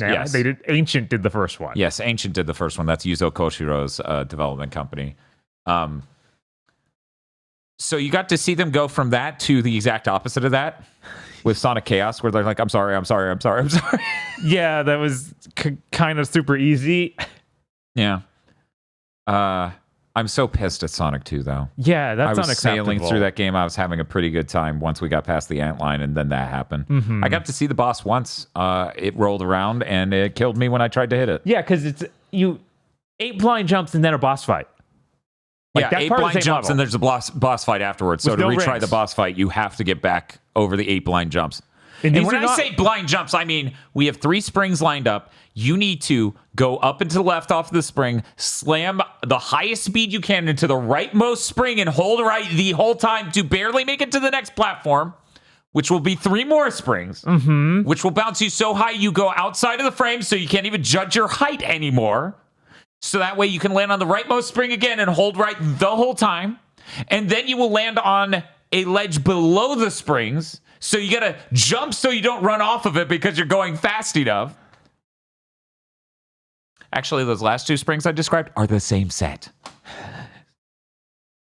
Deranged behavior. Sonic Triple Trouble's great. Sonic Blast was a nightmare, but we beat it. What a sad final boss. Sonic Blast, for anyone who doesn't know. So there's the 3D Blast on Genesis, and it has pre-rendered isometric graphics that are 3D CG style, to compete with Donkey Kong Country. This is still a 2D platformer, but they pre-render it, and it looks like shit. Yeah, we were talking the whole time about how it doesn't feel like a fan game. It feels like a literal knockoff game someone would release. Yeah, so Hard is like, this looks like a Chinese bootleg company ships this, and it has characters from other franchises in it. Right, like Mickey Mouse could show up, or Felix the Cat, and you wouldn't be surprised. Because the whole thing looks hardly put together. Yeah, and you'd see a loop-de-loop, and you're like, that can't be in this game. And if you're standing even 1 pixel off center from the loop-de-loop, like to the right, 1 pixel to the right of absolute center, you can't spin dash up it. You will hit the right wall and then stop moving. You must move to the flat area to spin dash up it. Yeah, that game's terrible. I grew up with that. I had 3 Sonic games growing up. Triple Trouble, Sonic Blast, and Tails Adventure. I almost said Tails Sky Patrol. Blast is absolutely rancid. Someone is making their fan game version right now. Oh, wow. And it's cool. They captured the idea of CG Sonic pre-rendered sprites, like that visual style, and it looks good at all. So it's kind of unrecognizable unless you're deeply Sonic Blast on Game Gear pilled. If you presented this to someone, they'd be like, oh, it's kind of like Superstars. Neat. I think that might be the darkest theoretical person we've ever come up with. He's like, no, Sonic Blast. Yes! Yeah, we were like, someone out there's a big fan of Sonic Blast right now, and we can't stop them. I'm not sure that's true. I think we maybe found the one game. Yeah, this might be it. Also, your sprite's really big, but your collision box isn't, which sounds good until you realize you run through rings nonstop. Yeah, I was losing my mind at Bob just playing as Knuckles, walking back and forth across a ring, it clipping halfway behind his head, and Bob just going, if this happens, you're wrong. You made it wrong. Oh, yeah, to make sure I get this in here, I was waiting for a larger gap to talk about it. Main Memory in chat has confirmed that the director of Sonic Rush is the producer on Sonic Unleashed. We have found the connection. Okay. Yeah, that makes sense. Yeah, it makes sense. Yeah, it makes sense. And now I say that, and I just... my brain immediately jumps to the Wazzlers out there right now. Man, Capcom's gonna have that man killed. He's a monster. He's like, yeah, I bought a Switch. Here's my newly set up Switch, just so I can beat people up in this version too. Yeah, dude's smurfing with consoles. Like you fucking... Some fucking kid's gonna log on. Oh, I can't wait to play this fighting game where I can be Iron Man and Spider-Man, and then one of the fucking nemesises from like Shadow of War shows up. Except normally they're like roughly your level, and this dude is level 99. Absolutely. He's like, I'm gonna role play as an FOE from Etrian Odyssey. You just run into me and you're fucked. Yeah, we found the connection with Sonic Rush, Sonic Unleashed. Let's go ahead and get through the rest of it. Triple Charge is really great. If I were to recommend one game year Sonic game, that'd be it. Because they get lots of things down, like tails flying in midair. Sonic has his own deal going on. You get rocket shoes as Sonic, so you can fly through the air and do cool flips. It's really neat. Great soundtrack. Iconic levels like Great Turquoise Zone. And Robotnik Winter. Yeah, Brat Summer's over. It's time for Robotnik Winter. That's a real level name. I go to my wife. I say, I just had a Brat Summer. What kind of fall should I have? And she says, a fatal one. Oh, I don't know why he became Andrew Dice Clay there at the end. He's supposed to be Rodney Dangerfield. These fucking hooers. No respect. Andrew Dice Clay is terrible, except for this one album he has where the audience is dead. They don't respond to a single joke he tells. It is incredible. I feel like I need to remember what album that is and send it to Dan, because that seems like Dan's kind of thing. A stand-up just bombing for 1 hour straight. I hate that you're right. That's so messed up. I hate that you're right. Speaking of Dan's thing, I subjected Spiff to more of Comedy Bang Bang, so now he knows what Attaboy Tisk Tisk is about. I like unleashing these mind viruses and also Cake Boss into people's brains. I will not explain this any further. Good. Yeah, I really do recommend Sonic Triple Trouble. I mean, obviously, Chaos is good too. Mm-hmm. And in Japan, this is known as Sonic and Tails 1 and 2. Which, fun fact, Sonic 2 has pictures of Tails in the loading screens. They're like, get ready to do this fun zone. Yeah! Tails isn't with you. Why did you think he would be? He's in the image. Right? I don't know why you showed him getting kidnapped at the beginning and then I can't play as him, but you also put a loading screen showing him. Guys, they don't know either. No, they don't. I still think Sonic Game Gear 1 is pretty cool. Like, that was fun to go through. Yeah, no, that's neat. I enjoyed to pass the ant line before the 8 blind jumps. I may just do a thing I usually don't do and cheat. That's the only reasonable way to get past those 8 blind jumps. I would like to see the rest of that fucking game. One moment. Of course, Dan likes Comedy Bang Bang. I'm sorry. I need the I'm tone deaf here. You need to like put in parentheses derogatory or positive. Somebody in chat asked why you would put out an album of yourself bombing over. Because you rented a venue and cameras to film yourself to make this DVD, and it doesn't fucking matter what the audience response is. It has to fucking go out. Yeah, absolutely. You got to do it. You put too much money on it. I mean, that's how we ended up with 2 Days Gone spoiler cast. So we spent $60 on the game, and we just had to. Is there a DVD of it? Because that's even better. Like, is there footage of this man bombing?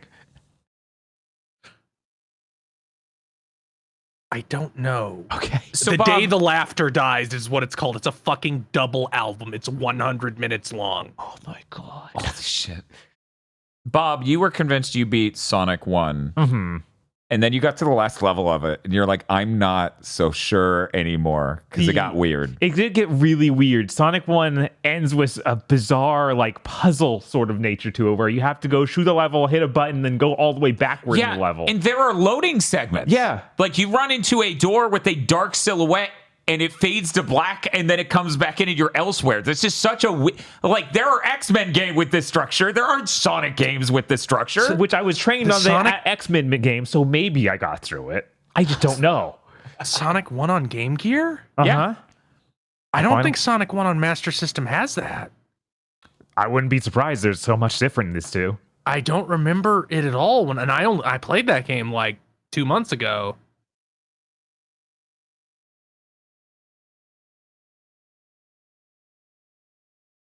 Howard the Duck says, according to Wikipedia, it was somewhat intentional, which just makes me think Sure. of that bit I kept pushing of I should go to stand-up comedy, like a thing, and just at the beginning be like, my friends say I'm really funny, so that they had me come out here and do this. I hope you all enjoy my jokes. This is my first time. And then for like the entire time they give me, all I do is shit talk my friends, who of course they don't know. Like, the whole bit is just that I'm a horrible person. It's like, but I need to provide that context at the beginning so that way they're like, oh, he's just a fucking asshole.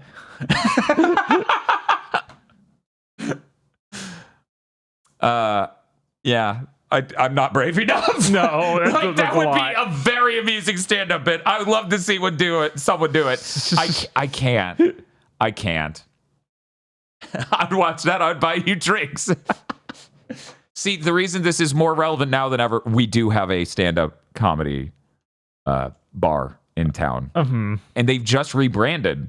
I don't like the new branding. The old branding literally looked like that, oh God, what's the name of that game where you play online with people and you make jokes? Yeah. Jackbox? Yeah, that specific Jackbox old style lettering thing, they're using the same font. It's like Laugh House or some shit like that. So it literally is putting me in the same zone. And I'm like, that would be perfect. I should go there and do it. But then they changed the branding. So now it looks like modern at all. Mm-hmm. And I'm like, ugh, you've ruined it. You've ruined everything. Did you see PayPal's logo change? Yeah, I did. Hey, can anyone think of a single logical reason you would do this other than create more depression? Did you see this? know. Yeah. It's just everything's doing this. It's white Arial font now. There's nothing else. Yeah, I don't know. It's not even italicized. That was too fucking eccentric. Look, they wanted to have a new logo to get a marketing cycle about that, but they didn't want to pay a graphic designer. Everything is Kellogg's now. They don't want you to jerk off. Like, the logo must stir no emotion in you in any direction.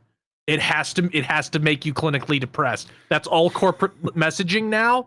As long as you're not upset, it's fine. But making people happy has the risk of making some people upset. So instead, you just have to be depressed, because that's also good. Meanwhile, the Chads at Buc-ee's. I was going to say, ironically, Kellogg's retains one of the horniest logos out there. Tony the Tiger? I think he said logo. He wants to have sex with the words Kellogg's. I don't... Look, it's bright red, it's curvy in all the right places. I don't know what else you want from a logo. Aggro looking at a box of cereal, not even anything else, just the corner. I'm aroused. So if they minimalize the Kellogg's logo, Aggro's going to have to put out the woke mind virus has claimed Kellogg's video. Aggro, I no longer want to fuck the Kellogg's logo. Aggro, is everyone ruining their logos to make you less horny?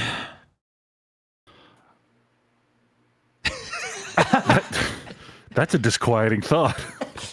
Are you literally ruining goddamn everything for everyone?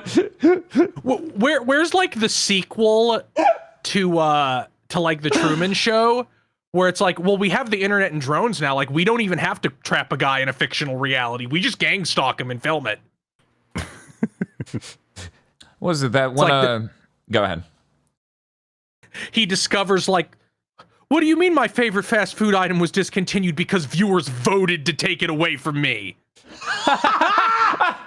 I'm sorry, sir. The pizza joint only sells Chat's Pizza nowadays. You can only order this. Oh my God. No, he's completely unaware. Like, he finds out that every single bad thing that ever happened to him was because a corporation has been harassing him for ratings. Look, we would have stopped, but people kept, paying to put money on the timer, so... Yeah, I feel like as a meta joke, this guy would have to be played by Germa. Yes. 100%. God. What was it? This funny comedy YouTube channel I follow literally did When You're Living in the Truman Show, but it got canceled. The guy who's playing his best friend's like, viewers just didn't really care about you sitting in bed on your phone all day, not doing anything. So show's canceled. And then he has this epiphany where he's just like, oh my God, I really have just been wasting my life. I should really get out there and change things and like better myself. Oh my God, if I only connected with more people, I feel like this is an incredible moment. And he goes, yeah, but it's canceled. No one cares. The show's fucking canceled. Then the guy who played his dad comes in and he's like, oh, by the way, other guy, our checks didn't clear. We need to talk to our legal reps. How have we not had like a game set in a Truman Show type environment? That would have happened if 7th Gen lasted 3 more years. Like imagine like something like a Postal game, but it's explicitly in this Truman Show-esque thing. A number of chat is saying we have. It was like, that feels like something that happened. I'm trying. I feel like Prey does that for a little bit, but it's like not the main feature. It's not the main part of the game, though. American Arcadia? I've never fucking heard of this. I mean, it came out like last year. And I feel like there's a very low chance we don't have some indie game that does this. Right. Yeah, but I'm talking about something that uses it like in a serious gameplay element, not just like we did the Truman Show thing as the story. Yeah, I kind of think that would have fit in the Remember Me era of 7th Gen. If only we got a couple more years, someone would have done it. That exact fucking thing. Chat is making up games. Yeah, they do that all the time. They're like, play Shadow the Hedgehog. And I'm like, how am I going to fucking play it? That's a character. You don't make any fucking sense right now. I don't know, Dan. You've played games that don't exist before, Dead Island 2.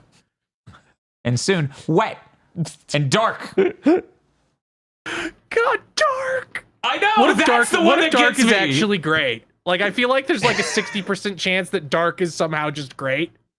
I don't think that's anyway. Oh yeah, and also, what was it? Legendary. We should play that. We did play Legendary. Jesus. God, that's more real than fucking Turning Point. It is. At least Legendary has an idea. Turning Point is a game they play in the background of a fucking sitcom. Right?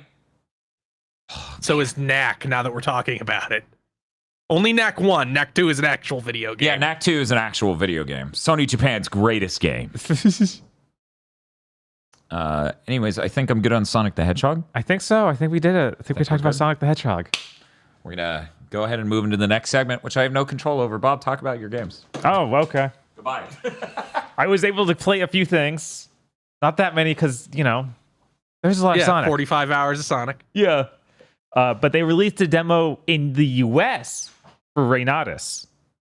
That thing that's a weird, like, it's not made by Square Enix, but it's clearly worked on by people who worked on or who like Kingdom Hearts. They got the KH3 plaid going on. Yeah, they got that happening. It's set in modern day Shibuya.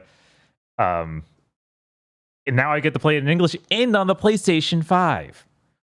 So before I played it on Switch in Japanese, so I wasn't able to understand things and everything ran terribly. But now on the PS5, it can in fact run well. Basically, though, frame drops. Of course, that makes sense. This game very much looks like it's designed for a Switch. Honestly, it looks like Vita Plus.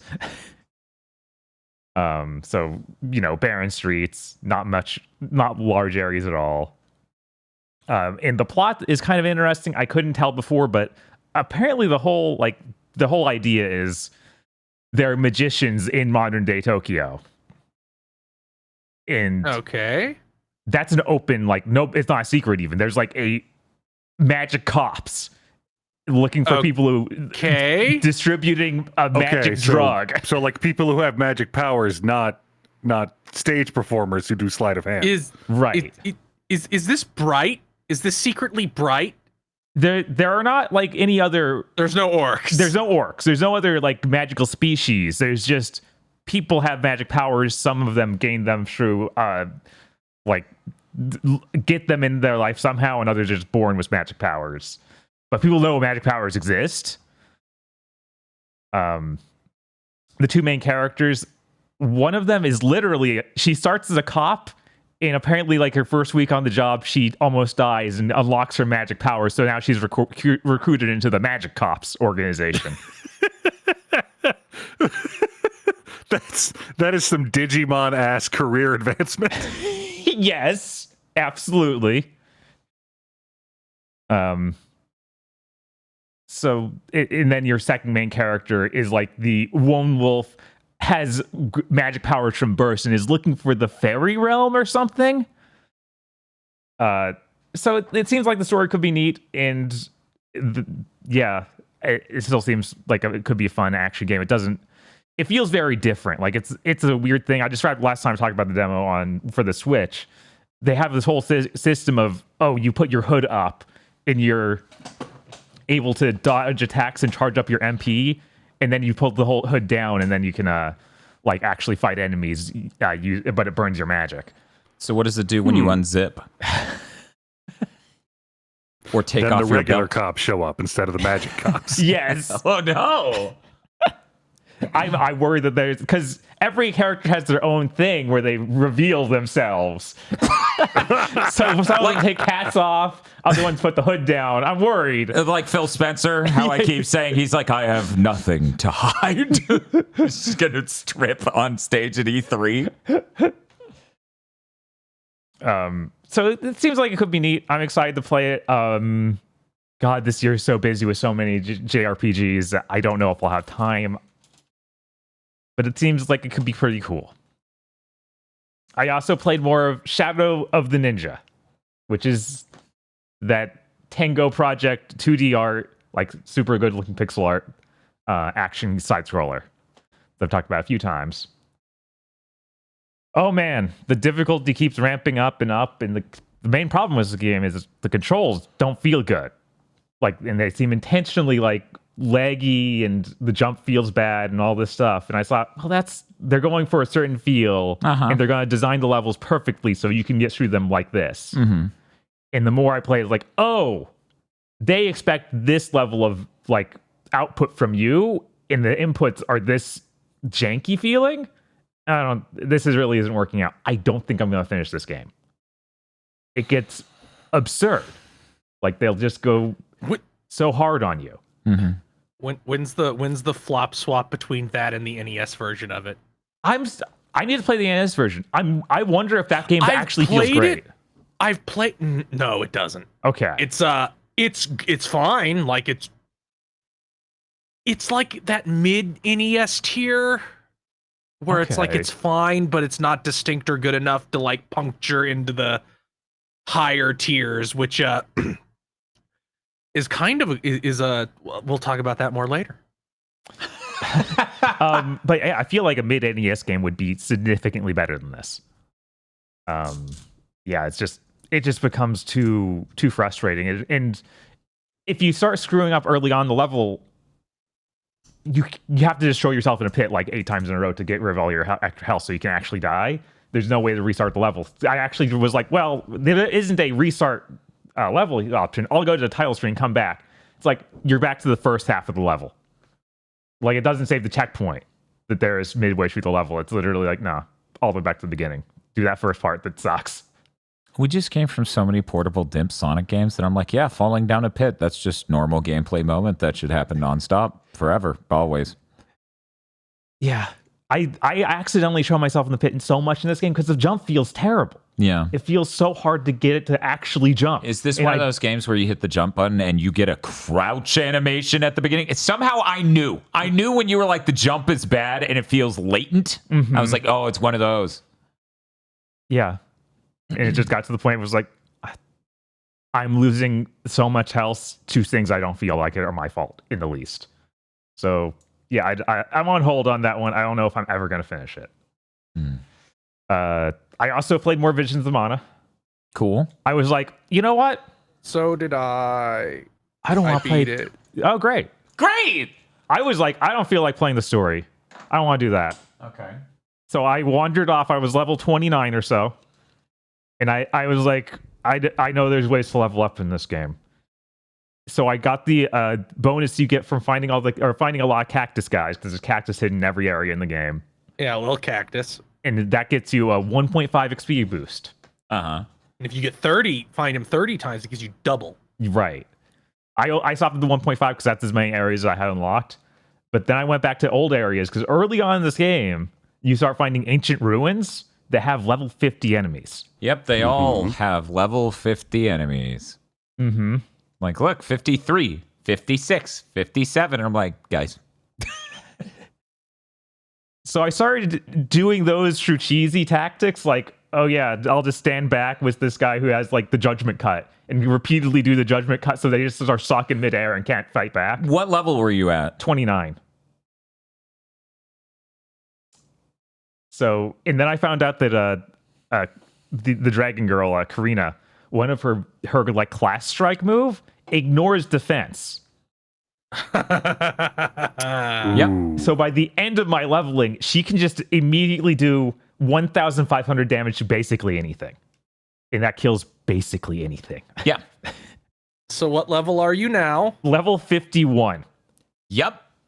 That feels good. Visions of Mana is the crying Wojak being like, no, you're not supposed to play my game and think about the mechanics. Man, you don't even have to fucking think. That water jug just puts dudes down. That is It's true. true, It's yeah, very funny. Like They just hose them. I kept the character I was controlling with that water jug for most of the game, because he'd just spray him down, and like that'd end normal encounters unless they were literally immune to water. Right. Yeah. And then you get the dark one, and you get those unlock moves that God, what's the term? That use the meter, that use the new meter. Once you unlock one of them, you get the meter. The dark one kills almost anything. I blew half a boss's health bar away with it. Where the regular version of it is just the like grapple hook. I didn't know that it would actually do damage on the leveled up version, so I didn't do that. You drop a black hole, and it sucks them in, even bosses, and immobilizes them the entire time they're being sucked in, and then it explodes. That's great. I did then went and did the next boss fight that I had to do, which was level 29. So I think I missed a decent bit of dialogue and they were just annihilated. Yeah. That feels great. Because I wasn't enjoying the pace at which I was getting strong. That's fair. So I get that. that's why I just had to completely full stop my playthrough, because it felt like I was just on at a certain point in the game, it becomes just a cycle of, no, we're not doing big areas anymore. You just go to this town, go to a dungeon, go to this town, go to a dungeon. Like, the dungeon has like 5 enemy groups you fight on the way to the boss. I'll level up maybe once. That doesn't feel good. Leveling up 20 times in a row feels good. It's true. Yeah, if you get the double experience thing, you will level up 2 to 3 times for every boss for the rest of the game, and that feels great. But especially when you're like, I'm 20 levels higher than you, and the boss is like, no, I'm supposed to be a meaningful challenge. And I'm like, you should have been in a different video game. Right. I'm sorry. Which honestly, good. We've had so many RPGs lately that are like, no, you can't become too strong. What if our game balance is affected? And I'm like, if I go out of my way to ruin your game balance, you need to let me. Right. It's a single player game. Yeah. Yeah. Like, the thing is, at the end of the day, if you're trying to keep me from getting stronger and being more enabled to beat this battle, and you want me to do it a specific way, you shouldn't have made an RPG. Mm-hmm. If that's a core to the identity of RPGs, is being able to facilitate the game's mechanisms in order to make a fight easier, more possible, an absolute cakewalk, whatever. Mm-hmm. Because the idea is those mechanics are meaningful. If just the way you interact is the meaningful thing. The skillful engagement layer, not really an RPG, it feels like. If it's just relying on that, not really an RPG. Yeah, if every Souls game let you get insanely busted to that extent, where it's like, no, the boss died. The boss is dead. He died after our 2 hits. Then I might be the biggest Souls fan in the world. I'd be like, yeah, it was Dark great. Souls 1 has a little bit of that if you pick the right weapon. Like, there are definitely some bosses like, okay, that's 1 out of 5 hits. That's 2. That's 3. Yeah, I need it to be more broad than that. It can't be, oh, you chose the wrong weapon. You're now in a doomed timeline. Like, literally playing Demon Souls. It felt like I picked up a weapon and upgraded it in a way, and it popped up with, you have severed the tie of prophecy. Right. You now live in a doomed timeline. You need to go online to find the build to break it. It's like, but it was fucking too late for that moment. Right, I was like, Fool. It's the okay. true strength in Souls games is system mastery. Reading a wiki to know what things do not lead to a doomed timeline. Literally, I'm gonna play more Demon Souls remake on the fucking PS5 Pro. Oh my God. We'll see if it's just like, now I get it this time. I hope it's gonna be really funny when you get invaded by somebody with the scraping spear. Oh, you know what the scraping spear does? Yes, it breaks all you your wanted fucking this armor. last time we played it 4 years that's ago. right. Yes. I might not tell anybody and get back into it and just be like, you were invaded by Chris Wolfhard. What else did you? That was it. That's all I had time for. Okay. Chris, you play So I finished Visions of Mana. Oh yeah. I can't talk about it that much because other people have not. Man, they sure made a really gorgeous game world and not a lot of things to go in that game world. Yep. And they sure made a lot of side quests that don't have meaningful rewards for doing those side quests. Yep. And there's sure a lot of hints later on that maybe their ambitions were a lot larger than their ability to achieve. Yep. And maybe the plot of this game was 6 different plots. They condensed it into one plot, like through a coffee filter. And I sure wish they got to continue existing and make another one. Right? Yeah. No. This feels like such a good basis to work off of. It reminds me a lot of the PS2 Square games where it's like, you weren't totally ready to make games bigger beyond visual, but you sure tried. Like, I thought of Radiata Stories a couple times playing this. It's like, yeah, it's neat. Man, I sure wish they could have made more. I sure hope Square Enix goes and gets them out of the trash can. I also played UFO 50. Oh, God damn it. Nice. How is it? It's really neat. If you don't know what UFO 50 is, it is an indie game that came out this week. Came out yesterday. It is on PC only at the moment. The conceit is, here are 50 games made by the fictional game development company UFOsoft for the NES. We saw this during the summer gaming and thought it was real cool. Yeah, I've been really excited for this, and then it came out in the middle of our busiest Sonic week. Yeah.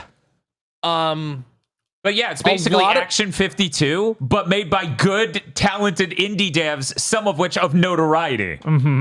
Not just the Action 52 angle. So many of these games are transparently other NES games. Other NES games. Including a lot of ones you probably only saw on the AVGN. Yep. Like, one of these is Jaws, is the Jaws game on NES. Wow. Yeah. One is the fucking Dick Tracy Driving as its own game. Okay. One is Karnov. Hell yeah, you gotta. Like, they're all the exact tier of, like, you've heard of this and maybe you knew a friend who owned it, but you never owned any of these. Is there a Cheetahman? Is there obviously a Cheetahman? I don't know. I've only played 35 of the games so far. Is that all? That's all. Like I figured, like, well, I'll just play each of them a little bit until I play them all, and then I'll try. Dan's gonna go insane on this game. I feel like Dan has the possibility on when it comes out on console to do the most ill-advised death stream ever. Because when you beat one of the games, because it literally presents you with 5 rows of 10 cards. Okay. When you beat one, it turns gold. Oh. Oh. Yeah.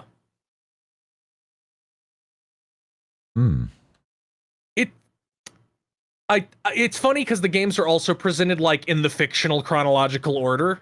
Huh. Yeah, it's That's cute. a lot like the Game Center CX game. Yeah. On the DS. So I played like the first 10 and I was like, I don't know about this. These are all down there in that tier of like, oh, the videos Blockbuster didn't have the manual for this. I don't know how the fuck it works or what I'm supposed to do. But then you get into like after that and they start to be like, they made a fucking NES game. Like an actual NES game. Except with significantly more gorgeous art and music. Oh, okay. Like a lot of these games are punching closer to the level of like the Neo Geo Pocket Color. That does look nice. But yeah, I'm really excited to play more of it. That's a great game. I think you should go buy UFO 50. Oh yeah, 100%, and it has a launch discount right now. That game might make my top 3 games of the year based on everything I know about it. That does sound great. That does sound great. Incredibly up There's my definitely alley. a shot. It might make it pretty high in mine too. Once I sit down and I'm like, okay, now to try and beat all these. Hi, it's such a weird coincidence that all the ones that seem to be based on NES games made by the Europeans I don't like. That is strange. Why is that? Why aren't you a more nuanced gamer, huh? Can we talk about this one is Iron Sword. I guess I'll just go back to the menu and try what the next one is. Who knows? Maybe the ending won't be deranged, and thus I'll get to have a generally positive feeling about it, unlike Iron Sword. I don't know. I think a lot of these are even shooting for that kind of difficulty. Yeah. God, the final boss of Iron Sword sucks so much. It's so fucking frustrating. I had to save state the hell out of that. And you know how I am. I don't really do that. You don't do that. It was like, I'm literally never going to beat this. If we don't do that. And I tried many, many times before I broke down into doing that. Of course.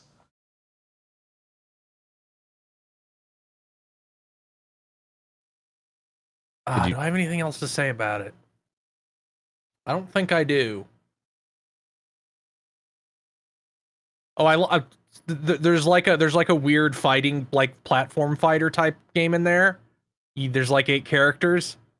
One of them is Donkus, which I think I'm gonna have to put in some fucking category for game of the year. But this is what Donkus looks like. I took a screen cap of the mirror match because I picked Donkus. Because why wouldn't I pick Donkus? One moment.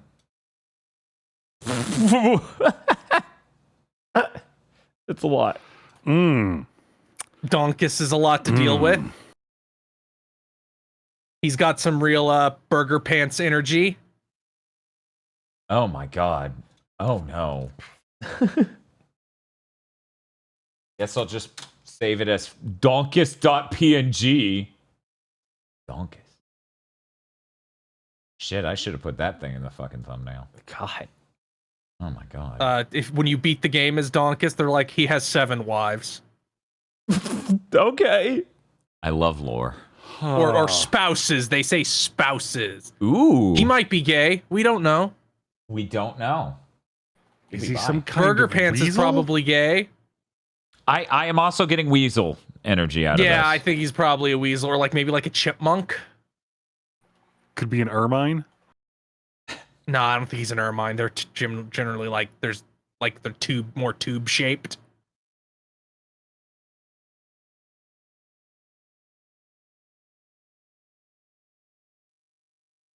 He's just Oh, hanging hey. out over there Hey, with you. what's up? What's going Yeah, on here? that's all I really got to say about UFO 50. It's real cool. Did you play anything else? No. Dr. Aggro? I got to play a little of this, a little of that, a little more Visions of Mana, and I got to play another thing this week. Oh. And I hate you for it. What? What did I do? I don't remember telling Aggro that some amazing new game If it's what I came think out. it is, you should save that. It'll give too much away if you say what it is. I absolutely am going to save it. Just sit here and stew in it. I don't know what this Could be anything. could be. Anything. Okay, well, I guess if that's that, then I guess we need to talk about what came out on Monday.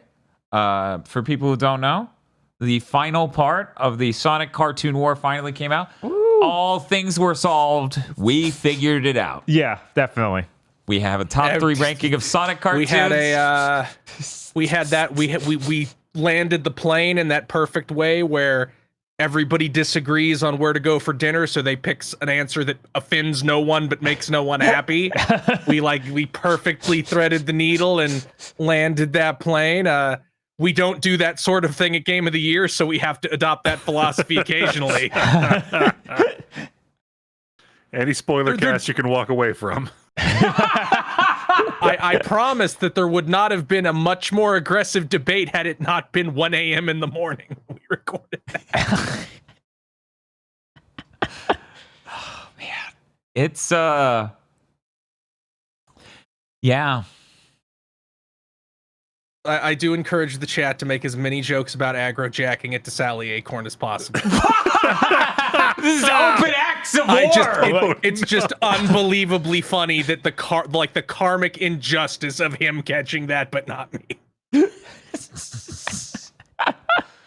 Aggro's like, It's just like if you because I have a 14-inch tall bust of Sally Acorn in my house. And we're like, you have what?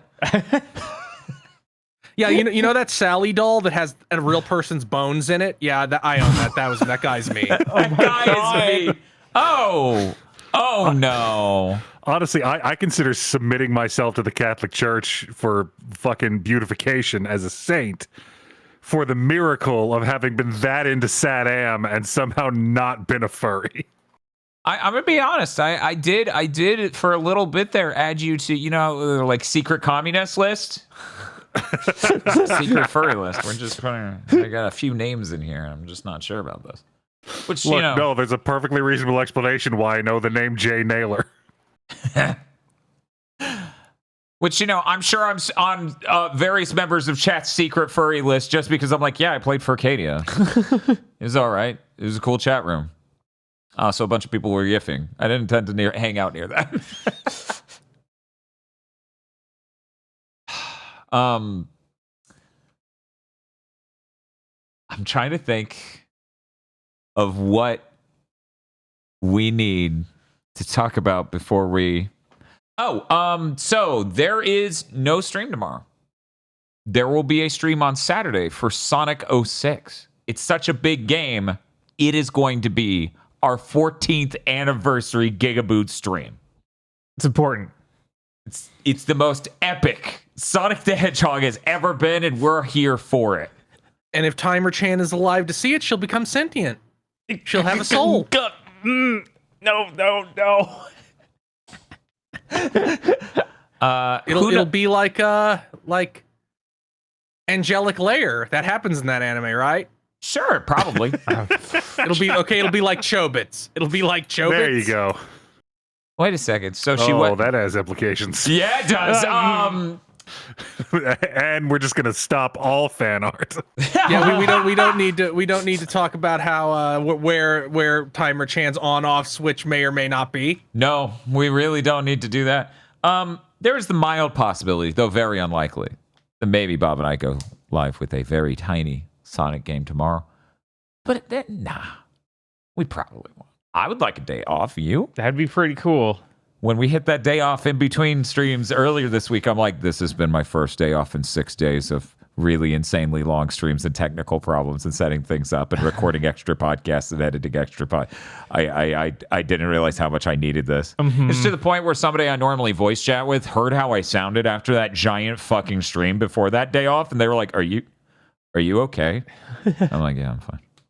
Everything's fine. Everything's fine. But I think that's Chris. What do you have coming up? You got anything coming up? I have something that isn't 100% set in stone yet for a time, but that will happen probably within the next week. So keep an eye out on twitter.com/ or x.com. I'm sorry, x.com/ Chris Wolfhart to find out about that. And maybe this weekend I'll take a look at Redneck Rampage. Oh. There will not be a VOD of that stream because the game has licensed music.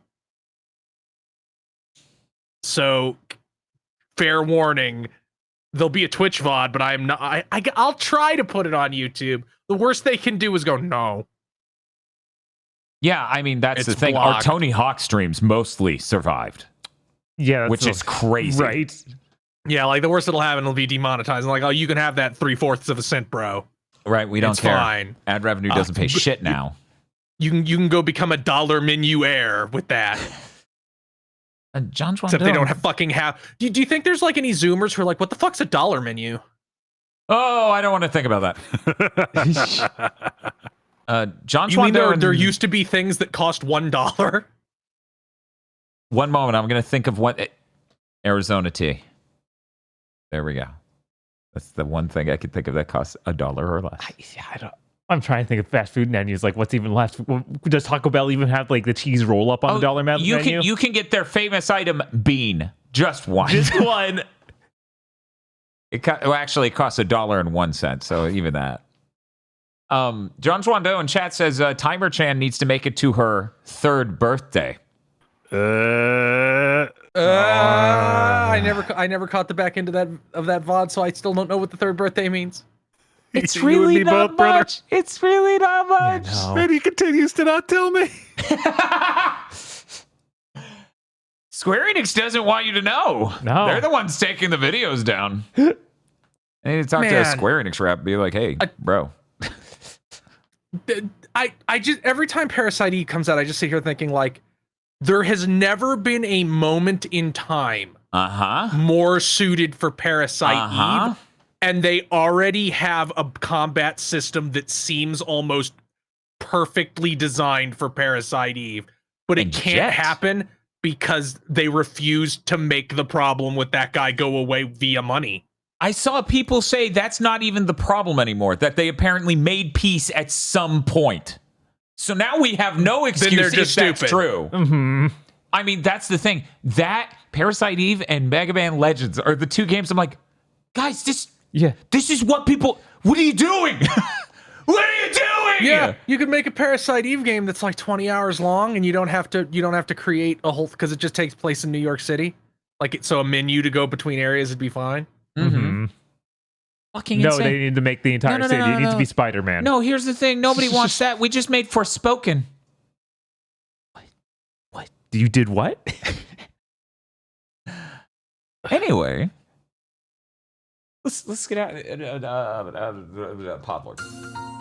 Oh shit! What? 1 second. That was rude. That was rude. We're gentlemen around here. We go through the transition, Podlords.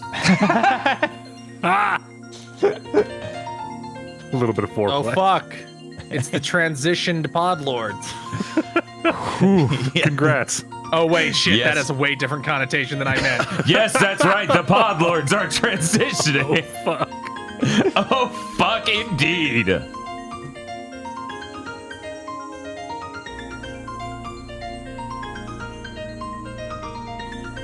Yes, that's right. The Podlords. Podlords such as BN12, Red Blaze 27, Suzushiro, Sony putting Morbius back in theaters 2.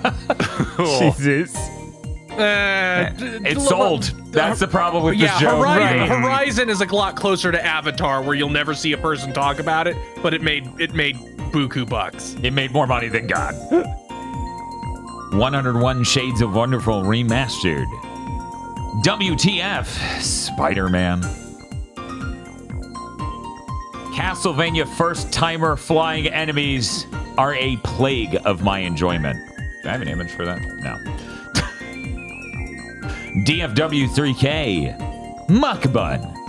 I'm just saying, if Sonic Chronicles had this option for every conversation, maybe people would like it more. I like the notion that this podler should keep that their name for like months. That way people are like, what symbol? And I never show they it. should make it. They should make another Sonic RPG, but for one of like the little reaction sprites, it's just a tiny little picture of low tier God. Shadow's doing it, so his eyes are like burning with lightning. Chris C. 28-inch, 4K, 120 hertz, HDR, VRR enabled, GC compatible, Juice of Frost. The Concord astronomy is about to be erased from existence.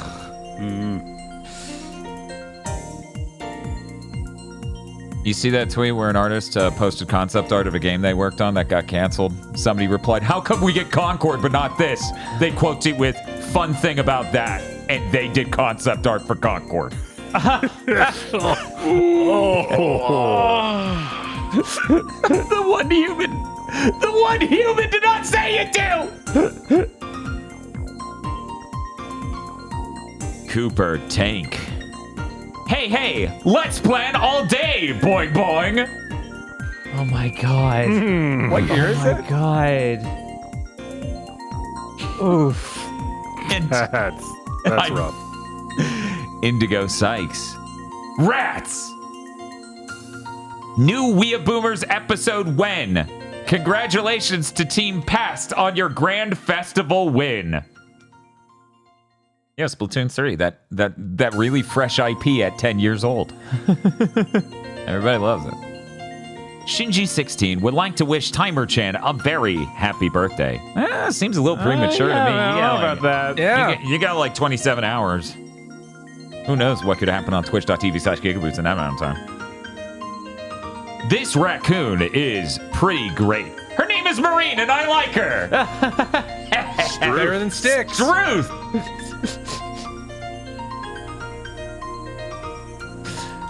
Is it because of the boomerang hair? Yes.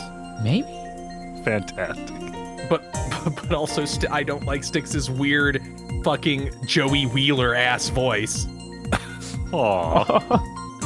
I'm off on vacation. Have fun while the industry burns to the ground. We won't. Yeah, just so we're clear. We fucking won't. Also, it'll still be burning when you get back.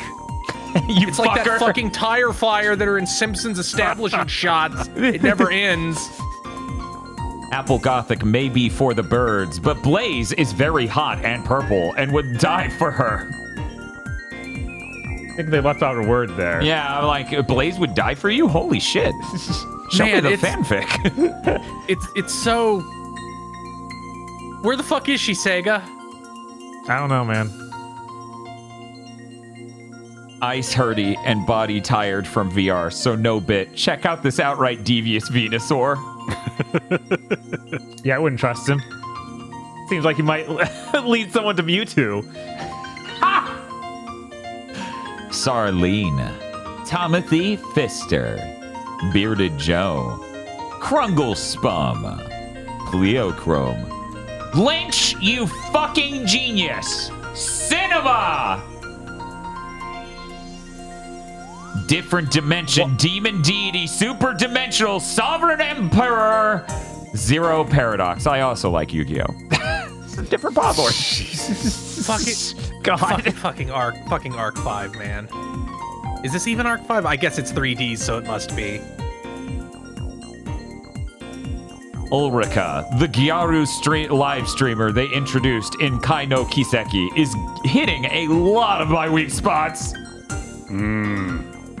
Yeah, they've shown some real good characters. Also, that game looks like an entire generation better than Daybreak somehow, despite being 2 years later. Virmvarm. Hans Christian Andersen. God, he's so funny. I love the Fate version of Hans Christian Andersen. His whole thing is he treats everybody like shit and is like, but I was helping you by pointing out all your flaws. Oh, that is astounding. He's also he also reincarnates as a 12-year-old boy because he hated every moment of his life but his childhood. I was gonna say.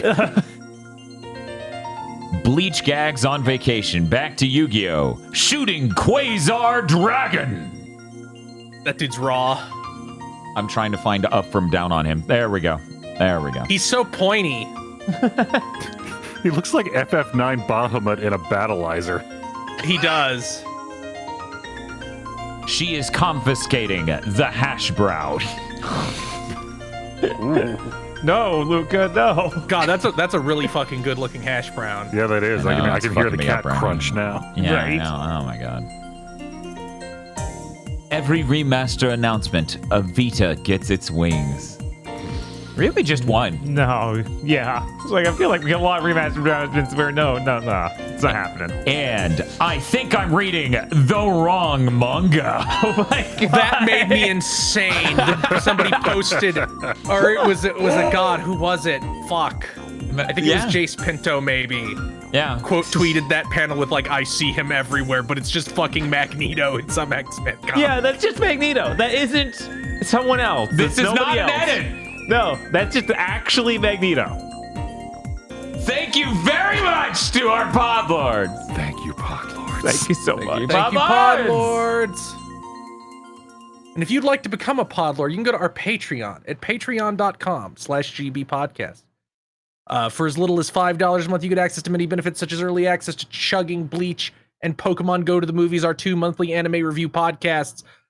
Not much longer for that Pokemon benefit. We extended it via Sonic Month, but ooh, that benefit's going to be gone soon because it'll be over. Extended content from shows like Armchair Devs and Gamer Premonitions when we do such shows. Also, an entire movie called Isolation 119. This is not a joke, hyperbole, or a bit. You get a feature-length film called Isolation 119, unavailable anywhere else on the GigaBoots podcasting Patreon.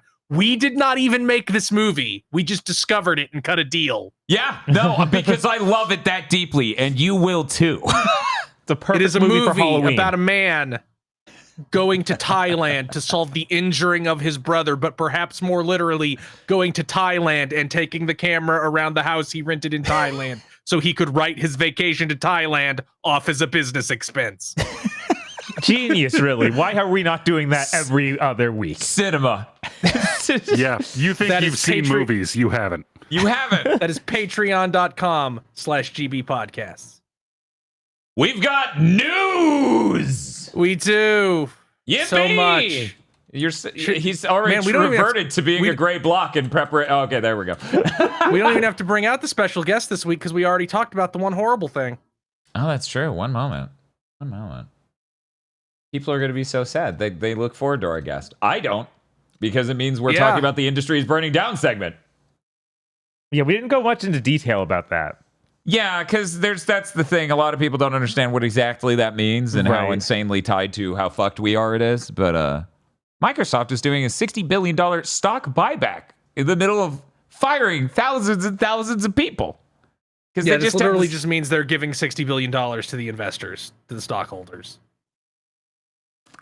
Did you know that when did they make stock buybacks legal again? Was it fucking Reagan? I hear it's Reagan, Satan's emissary.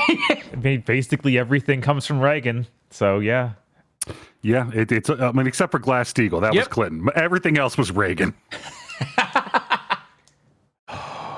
Yep. So this is illegal because it's transparently a form of market manipulation. But what if we just let you do it anyway? Guillotines. What could possibly Baseball go bats wrong? to kneecaps, every step up to the guillotine. anyways, that's it for. No, dude, we're good. That was it. That was the only industry burning down news. That thing from that was last week.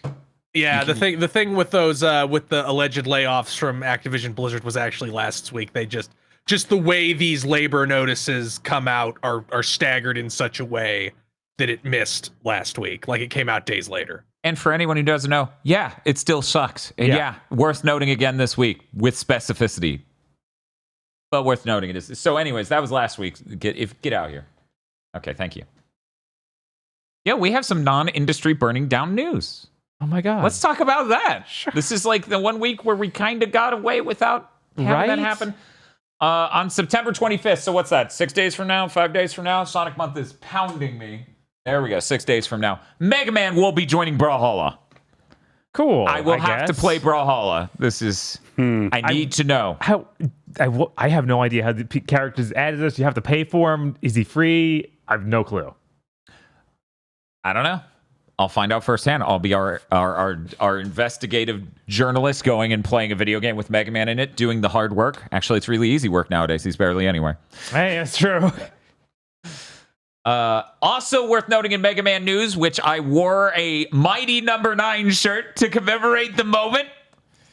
Red Ash, the anime OVA, is now available on Studio 4C's YouTube channel with English subtitles. That is the bootleg spiritual successor to Mega Man Legends. They got the anime made, but not the game. So you can go watch that on Studio 4C's YouTube channel. I need to do that. I forgot they actually got the anime made.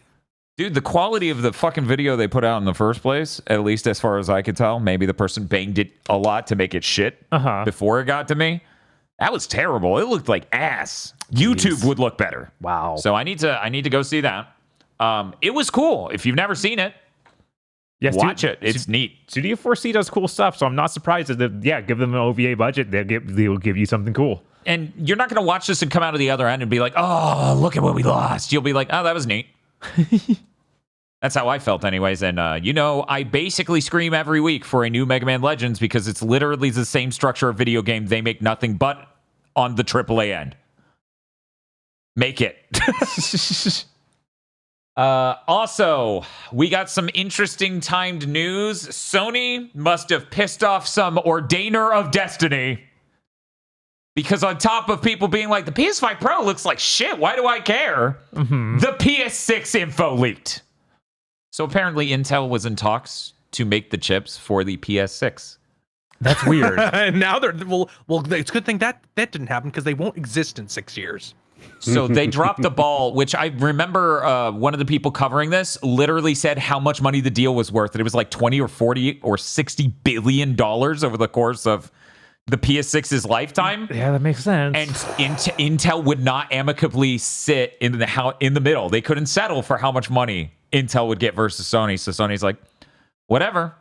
Part of the negotiations is if they went with Intel for the chips for the PS6, they would have to build more backwards compatibility tools and other things in order to facilitate back compat because it's all built on AMD stuff. Yeah, exactly. Yeah, I need to make this clear. Not having backwards compatibility is no longer acceptable. Yeah, no, they will die. If they come to market with a PS6 4 years from now with no back compat, they are dead. I genuinely think that the first one of these companies, and maybe none of them are stupid enough to do this, the first company that tries that will lose a lawsuit. You sold me all these digital goods and then quit making the thing they run on. Uh-huh. I feel like that is a lawsuit nobody wants to lose. Man, people talk about constantly about how there's no PS5 games now. Imagine PS6 where you couldn't play the games on the PS4 or 5. Because at and the then end every of the day, developer goes, why would we make games for this? It has no users. Right.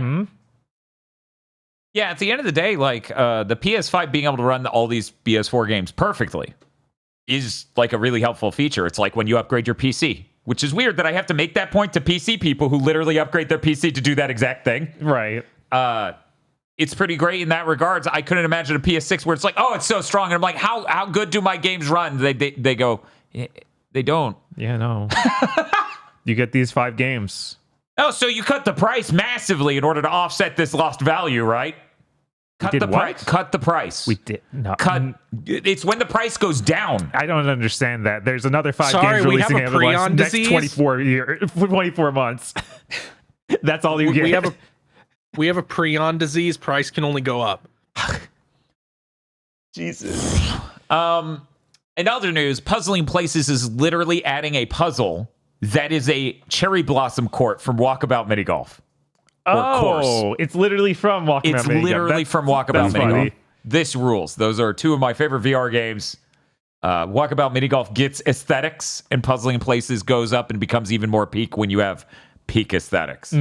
This deal is awesome. Both of these were on my top 10 games of the year last year. Now, I noticed in the thing you posted for that, there's a weird avatar character in the image. Is that from Puzzling Places or is that from Walkabout? 1 second. I need to see this because I didn't really pay attention to that. I was reading the details. Let me go look at it. That gray guy. I actually have no idea. I think it's to represent you because here's the thing: Puzzling in Places is working on the multiplayer update. Okay, it might have been launched by now. So I that assume must be when you look at the other player, that's what they look like. That's horrifying. A little bit. I would not. I would change course, but whatever. The game. Whatever. Cool. They got multiplayer working. Right. They got multiplayer working. A thing I never really asked for, and aggro would kill me if we ever tried. What if you supposed to work on your own puzzles separately but hang out? I'd be down for that. I'd like to clarify that I would love nothing more than to be in a virtual room with you while we both work on the same puzzle. I just imagine aggro is just is Alan's landlord from Smiling Friends. He shows up at Dan's door holding Puzzling Places. You can't escape me, Daniel. You will hang out with me. There's a real menacing energy to aggro saying that. I'm scared. What else do we got? That's excited. That update's free. You just get that course for free. So if you just have Puzzling Places, congrats. You have one more puzzle. It feels dumb to even say it because we've already said it and other people have already basically confirmed a week ago. The state of play, according to Jeff Grubb, is almost certainly happening the 24th. Other people in the industry also backed up late this month. And it's also worth noting, using the power of pattern recognition. The Nintendo Direct's definitely happening soon. Because you can look at year after year after year after year. They do it in September. Yeah. And it barely moves. Sony, you better fucking have something. Yeah, you better have something. Nope. You better break the glass on Bloodborne, even if you don't even actually have it yet. You better put up something that's fake and lie. They're going to have that guy. And he's going to be riding a PS5 Pro. If you put out Astrobot and then are look at our limited edition new consoles that are gray and have the colored buttons again, and then are here's the way we're celebrating it. 2 remasters of PS4 games. What the fuck are you doing? You so better modern Sony. fucking have something. It is. It is. You better even if it's just a shitload of those games announced for your emulation shit. You better have something. You better not lie. Lie to me, Sony. I'll take lying. It's funny we're because at that stage of the relationship where I'm I won't ask where you are when you're out at night anymore. Just lie. Just lie to me. Give me CG trailers. Give me title screens with limited animation. Show me some indie games and pretend you're the reason they're getting made. Yeah. I just need to hope. I swear to fucking God, if we're in the timeline where you're for our 30th anniversary, here's Days Gone on PS5. Horizon Zero Dawn on PS5, Lego Horizon, and then that's kind of it. And then the next day, Nintendo does a Nintendo Direct where they tease the Switch 2 at the end. They're rinsed. Come the fuck on. You Nintendo wins by doing nothing can't keep being a fucking joke. You need to work a little bit. Right? Which, I mean, we call it doing nothing, but every year, Nintendo makes sure to ship multiple games with important characters in them. Yeah. No, they are keeping these IPs alive. How Sony literally doesn't understand this concept in the least. Yeah, once again, currently announced major first-party Sony games. Wolverine, Death Stranding, if you want to count it. End of sentence. Yeah. Yeah, fair games. It's to circle back around to this Nintendo does nothing thing. It is the fundamental misunderstanding that money executives have. That, we need to innovate. No, you do not need to innovate, you dumb motherfucker. The people who make your games are the ones that need to innovate. Your hardware designers need to innovate. You need to shut the fuck up and keep paying people to do the correct job. Shocking. Also, you don't always need to innovate. You know who's never fucking innovated? Coca-Cola. The one time they did went very badly. Yeah. I mean, at the end they of the have day, lots of products that aren't Coke, but then there's Coke and they don't fuck with it. at the end of the day, you look at fast food too. It's like all these motherfuckers are serving burgers. When they fuck up is when they try to innovate or they spend too much on marketing, so they have to raise the prices insanely. Mm-hmm. Come on now. Also, it's worth noting, and there's not a ton to talk about with it, but we did have a switch to factory line, I think, pics leak, and then they were redone as renders. And we also had some specs leak. It basically Weren't the renders confirms totally fake? Yeah, I think the renders are just someone made this based on, but I don't actually know. The only important thing here is the specs are just basically the same as before, where it's 12 gigs of RAM, it's this type of RAM, there's 256 gigs of flash storage, and it reads at 2100 megabits per second, so yeah.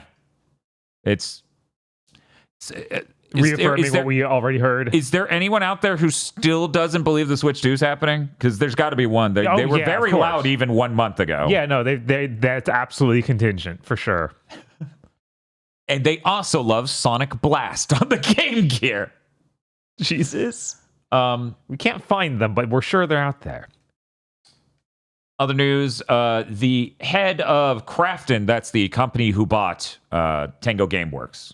Oh, yeah. After all that. The CEO, I'm going to murder this name, Chengin Kim, stressed that their acquisition of Tango GameWorks is about legacy. And the quote was, "We don't think Hi-Fi Rush 2 is going to make us money." Mm-hmm. And then later, and this is paraphrasing, they basically went on to say, like, no, we have a lot of things going on, and one of those will do well enough in order to make all this make sense. Right. Like, they're literally doing multiple things. Yeah. What a concept! Right. So, somebody who understands the concept that not every game you make needs to be the most profitable game you've ever made.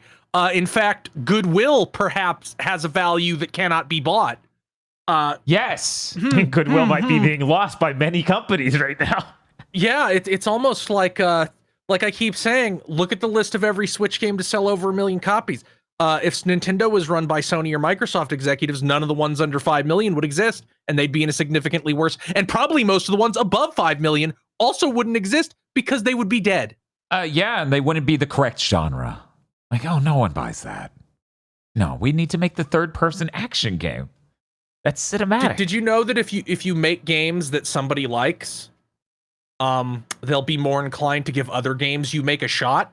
I feel like FromSoft really clearly demonstrated this by their success pivoting directly into Armored Core 6 doing really well. But for some reason, every other developer in the industry hasn't seemed to figure it out. Real crazy. Yeah, if you trust a brand to give you a good experience via a high bar of quality, and the least enjoyable part is whether or not a thing is for you specifically, you tend to trust the quality of the other things they make. Mm-hmm. And the last thing, and this came in very, very late, Netflix during Geek Week announced a fucking Splinter Cell show called Splinter Cell Death Watch. It's animated. Of course. Because Weird. It's gaming. Yeah. I guess Resident Evil's the one that escaped, but that already had live action. Yeah, stuff. I mean, there's a lot of stuff is getting turned into live action. A lot of games on are Netflix? Not on Netflix, though. Right, Weirdly. I was like, Netflix just specifically does games or cartoons, except for Resident Evil, which escaped already because of the Hollywood films. Right. Yeah, and we got a new DMC5 trailer. Or DMC, sorry.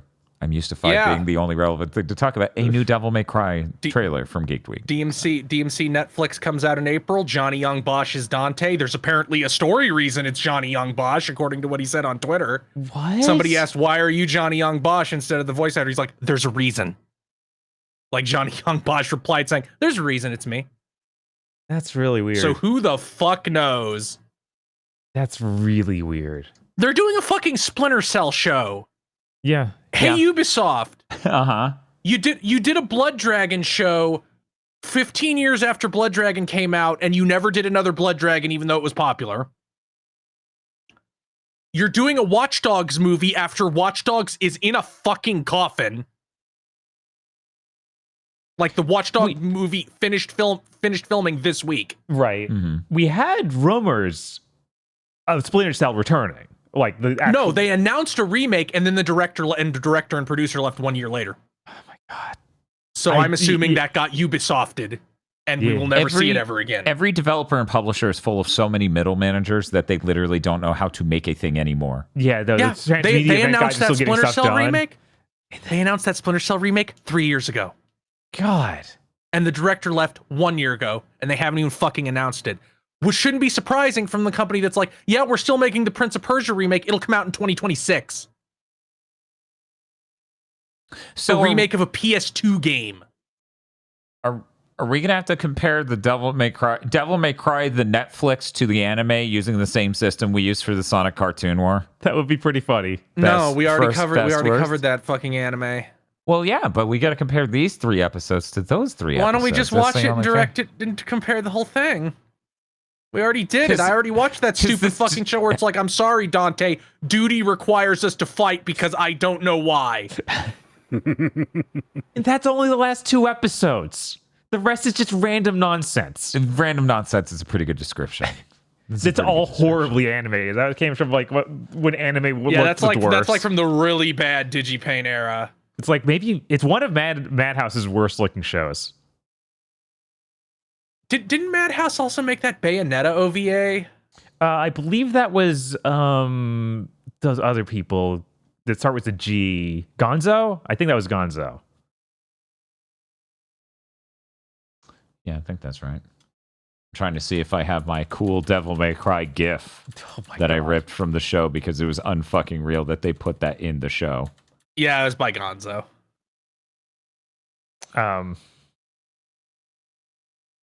Man. Yeah, I'm excited.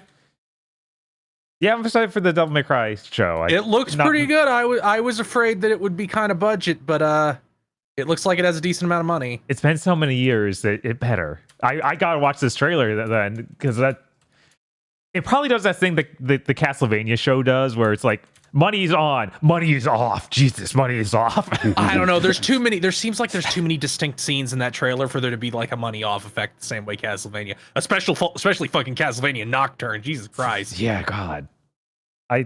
That's in January, by the way. I don't think we brought that up. Yeah, when they did we not bring it announced up that. last week? I do not believe we did. No. Okay. Yeah, that definitely is later than I was hoping. That's well over a year after the last season, even. But maybe they'll be good this time. And I hope that Devil May Cry is one season done. Or at least has a conclusive story and they can continue doing something else. Please have a conclusion. These Netflix shows where you don't have a conclusion and then it's 4 years. Mm-hmm. Like multiple years between. Like when was like the last season was last year, right? So it's gonna be like 2 years, like a year and a half. Yeah, Nocturne came out, I believe, in September last year, so it is like a year and that's a a half. really long time, guys. Yeah. Like just you just just tell a story with the episodes you have and have a sequel hook. Aside from that, I just want to show specifically on stream just because I thought it was interesting.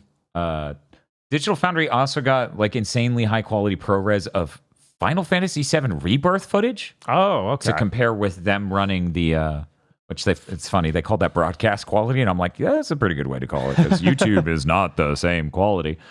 So they can show the differences on that, and while like it's looking sharper is cool, the main thing is thank God the fucking trees don't have echo effects. That's the thing I hate the most about temporal AA. The echo effects are on everything, every single thing, and it makes it look terrible. Yeah. Like the drastic increase in clarity is nice. Mm-hmm. But the number one thing I fucking hate about temporal AA is literally that shit now. So here's the thing, and we brought this up when we talked about this in the past. When the difficulty with Sony showing this off well in that presentation is Sony first party games have a good TAA solution. They have a good temporal AA solution, so they wouldn't be able to like show it well. Right. And they can't throw third parties under the bus being like, look at how shit their other version looks. They should have done that, and they should have gone to the companies and say, how much money do you want to let us do this?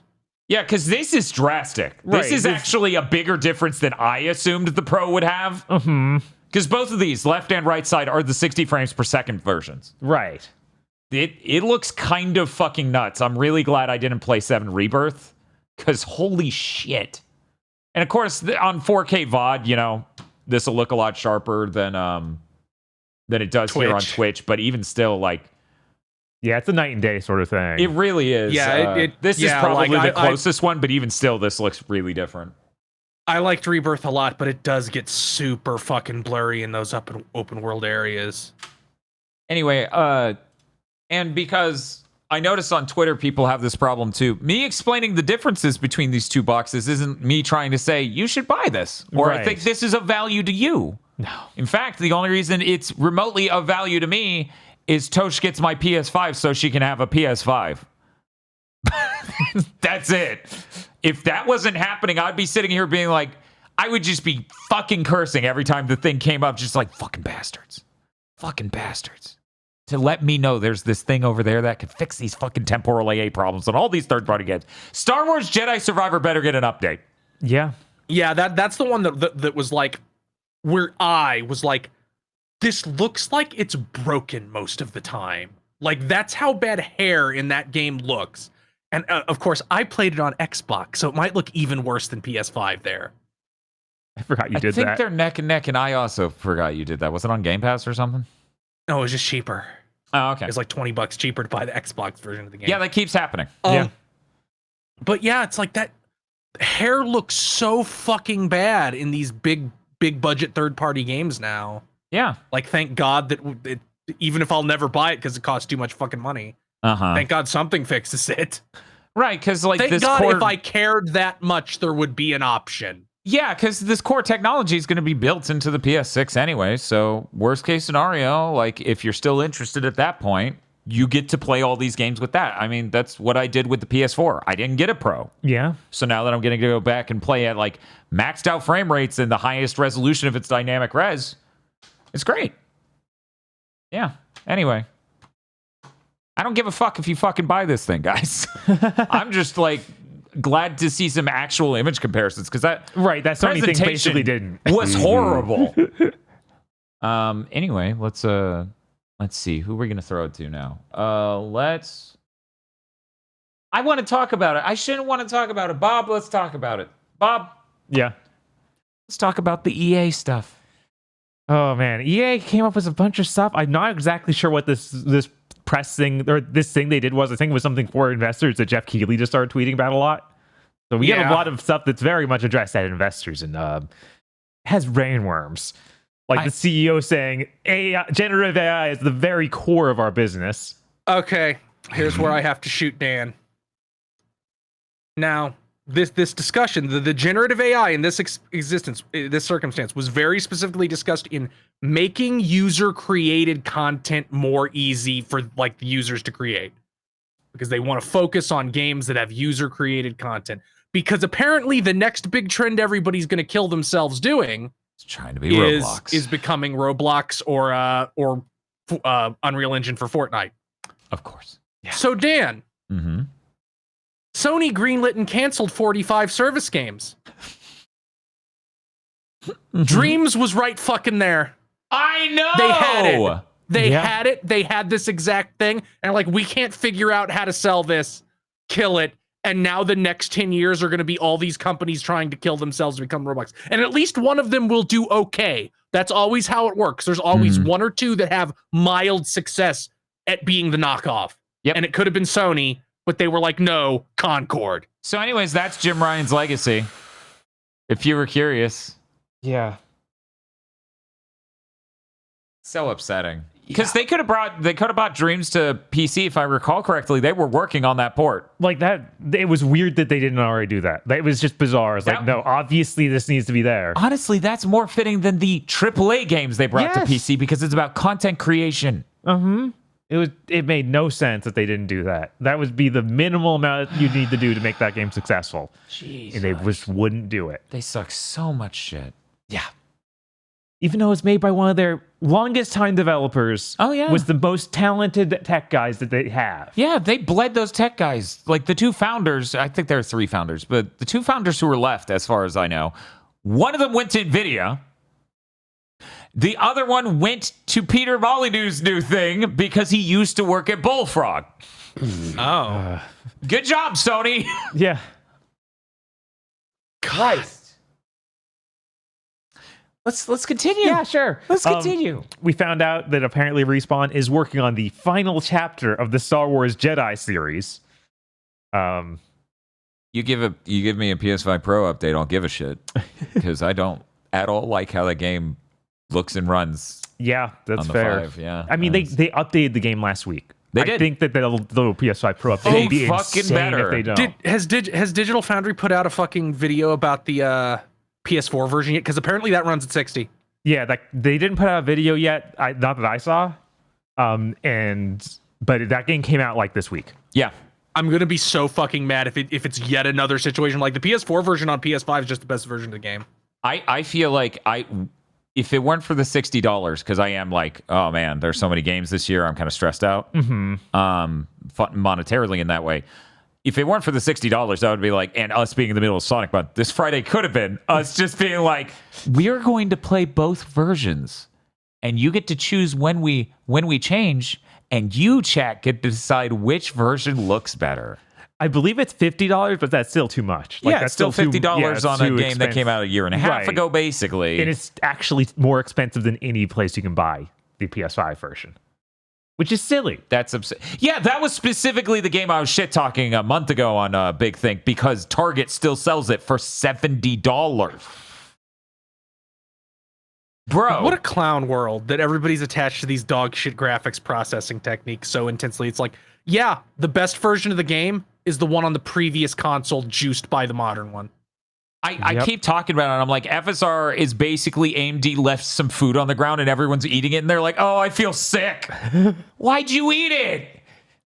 You're telling me your motherfucking game had 1,600 people work on it and you couldn't afford a graphics engineer to come up with a better TAA solution than AMD's freebie? Yeah, and I bet for that version they had to rip out all the ray tracing. And it probably runs better because of that. I mean, it was good when they added the rip out the ray tracing mode and it just runs good. Yeah. And I was like, oh, shock. And it barely looked different. I know, because ray tracing barely does anything. Like, you literally... Anyway. Yeah. Moving on. Skate is launching in early access next year. How many years did that take? I don't know. And Multiple, and then it'll be shut down instantly. Cool. Yeah, it's like it's not even a full release. It's early access. It's basically declaration that game will not be done. I feel like they announced this in 2020, so it will take 5 years to make an early access game. Uh-huh. Very smart. Skate, you made 3 of them already. But what if everyone was online all at once, all the time, and you could adjust the skate park in real time? Yeah. What if you got to do dailies and got to do oppressive microtransactions for new cosmetics? You know, they got the I think you should leave guide to do that ad. And that's funny to me because I think most skate fans are going to get in there, see all the dailies and microtransactions and shit and be like, I can't do this. It's too fucking much. I want out. I don't want to be here anymore. Because goddamn. Yeah. You fucking ruined an easy win. They really did. Just make a fucking game. We don't need it to look as good as Dead Space Remaster. No one needs that. No. Or remake. Big Think Dimension 74. I knew it. I was like, this June 22nd, 2020. EA hates America unless, and that was when they announced this game before we found out it was a fucking service game. Fucking what were they thinking? Yeah. They don't know what they were thinking. It's so fucking infuriating. What are 2 of the biggest game franchises in the world right now? Monster Hunter and Borderlands, which are just games. They have all the shit in them that a service game has, but they're just a fucking game. They sell it, you buy it, and you're done interacting with them. Unless you want some DLC, then you give them a little bit more money. It's a nice system. It worked for fucking forever. But this new shit where it's like, what if you paid nothing, but actually we wanted $50 a month for you for fucking gotcha rolls or whatever? Go fuck yourself. I love the idea of Chris as a paid analyst. He comes in and he's like, here's your problem. How about you ship some fucking games? Yes. Just make a game. You know what those look like, right? How about you fucking do that again? Hear me out. Skate 4 puts a $ over the S in Skate. It comes out, you pay money for it. They're like, Yeah. but then how do we hook them? Here's the great thing. You don't. You all move on with your lives and make a different thing they buy. Yeah, you can come back in 2 years with sell Skate fucking 5. Skate. Yeah, you come back with Skate 5. and then they buy Skate 5 and you make some more money. Guess what? A lot of the work was already done when you made Skate 4. A paradigm that everybody seems to have stuck a power drill into their brain and deliberately forgotten. But even though Call of Duty and Madden still sell. Yeah, but Madden had to become like a weird casino that's going to be outlawed within 3 years for that. Yeah, I have to wonder if that scared away a lot of their user base, and that it's just surviving on whales now. I don't know. I think people who want to play a football game with the names in it will swallow anything. It's true. They will. They will basically take anything. I feel like 7th gen proves there's a cutoff point for everyone. There's a point where you put too much sawdust in the food and everyone just stops eating at your place. What was that? What was that unlicensed football game in 7th gen called? Oh, or maybe it was even football. 8th gen. Of course you know. No, not that. It had a name like something breaker. Oh, Backbreaker? Spine breaker. Yeah. Backbreaker. That was it. Because there's two of them. The one I talked about first was the NCAA one. Backbreaker is the NFL one. Yeah, so these both became we don't need the license games. I don't know something must have happened because they stopped. Right. The NCAA was its whole thing with players wanting to be paid. Yeah, and that recently ended. So this year we got another college football game. As I understand the developers of Backbreakers did make a game recently. They made Star Wars Hunters, the hero shooter that's on phones and Switch. Oh, that one. Huh. Probably won't exist in a year.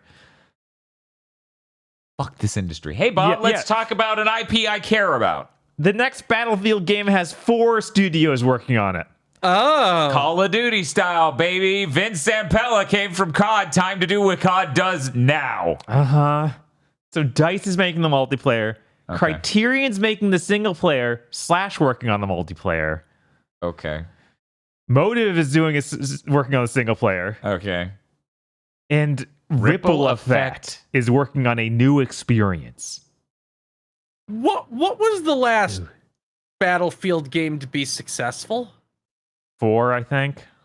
Yeah, even 4? talking, Vince at this thing was like, "Oh yeah, Battlefield 3 and 4. We want to take it to a more modern environment for the combat and stuff because 3 and 4 are really 11 years successful." Yes, I keep screaming about it on a Big Think. Yeah, they keep making really obvious mistakes every time. Do you think this is going to hit it, or do you think it's just going to come out and belly flop right into the grave again?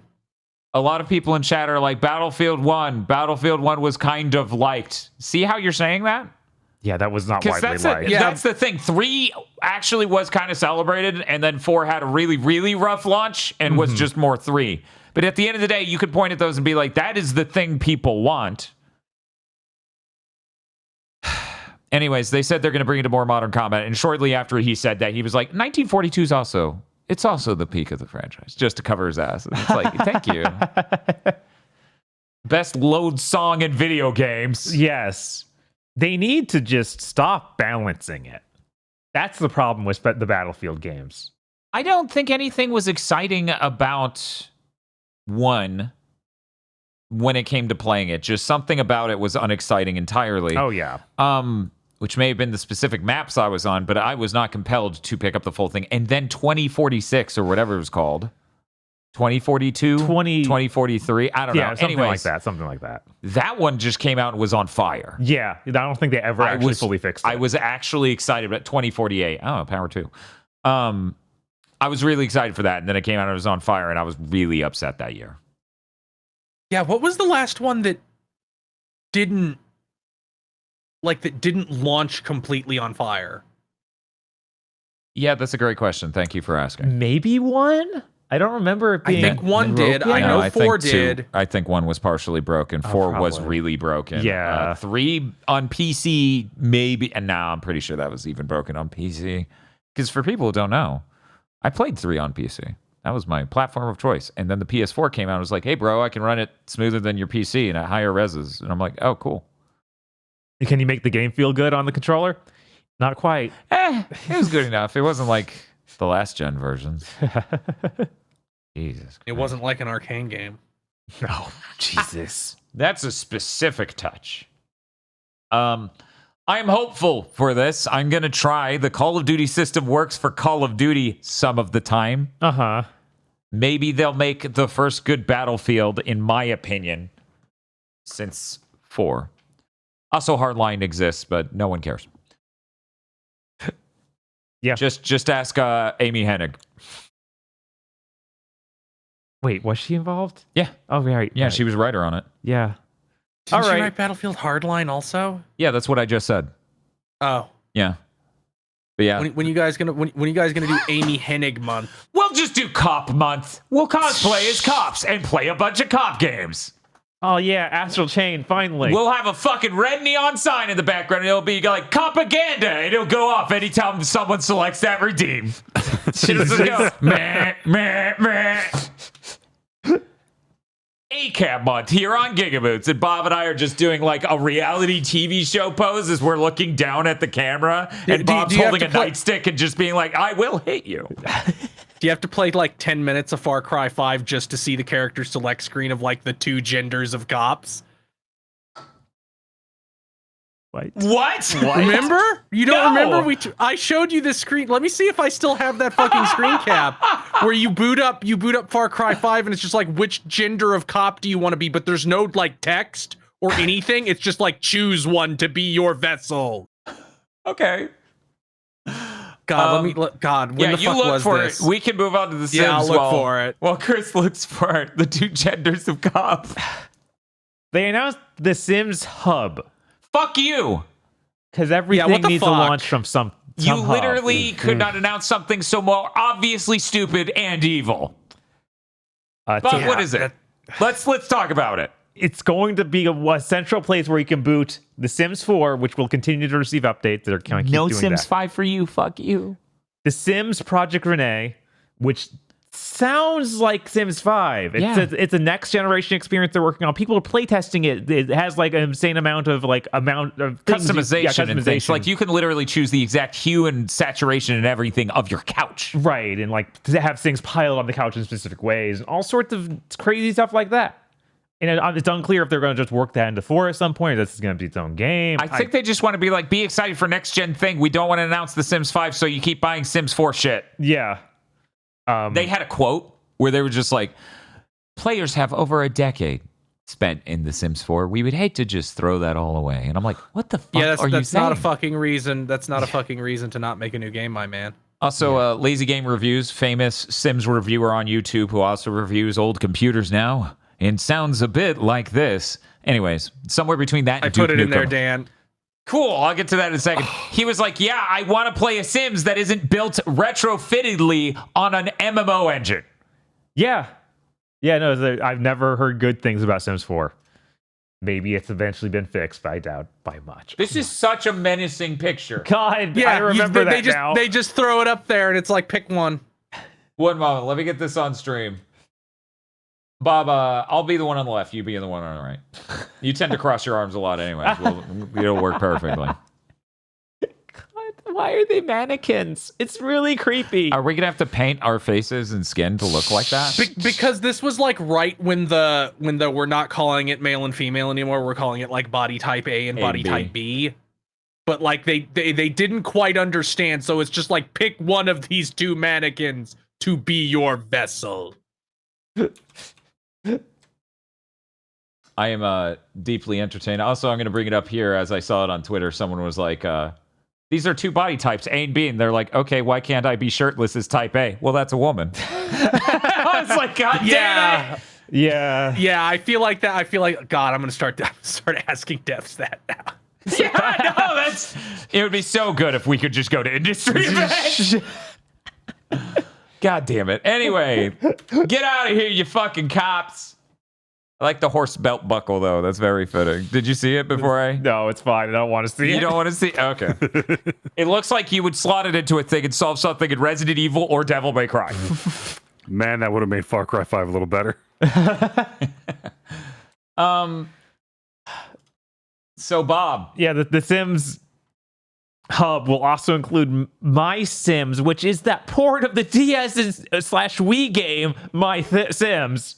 What the fuck is up with these hubs? I don't want a fucking hub. It's good for no one. What benefit does it offer you, much less me? And the last thing it involves is The Sims Project Stories, which is a mobile game. How is this in the same hub as the others? What does that mean? I hate them. What? Why does The Sims have a hub? Why does Call of Duty have a hub? Why does fucking Serious Sam have a hub? You all got handed one of the best IPs, most popular games ever in gaming. Look what you've done with it. Yeah. The Sims is the one game I always have to bring up as an exception when I'm like, Western developers mostly don't give a shit about women when they make they make big budget games. They just don't. Fun fact, did you know the original Sims development team was something like 42% women?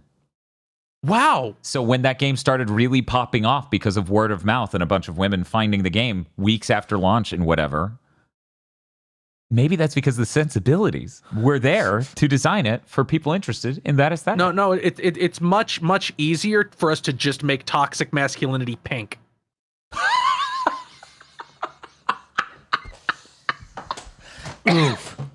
Oof.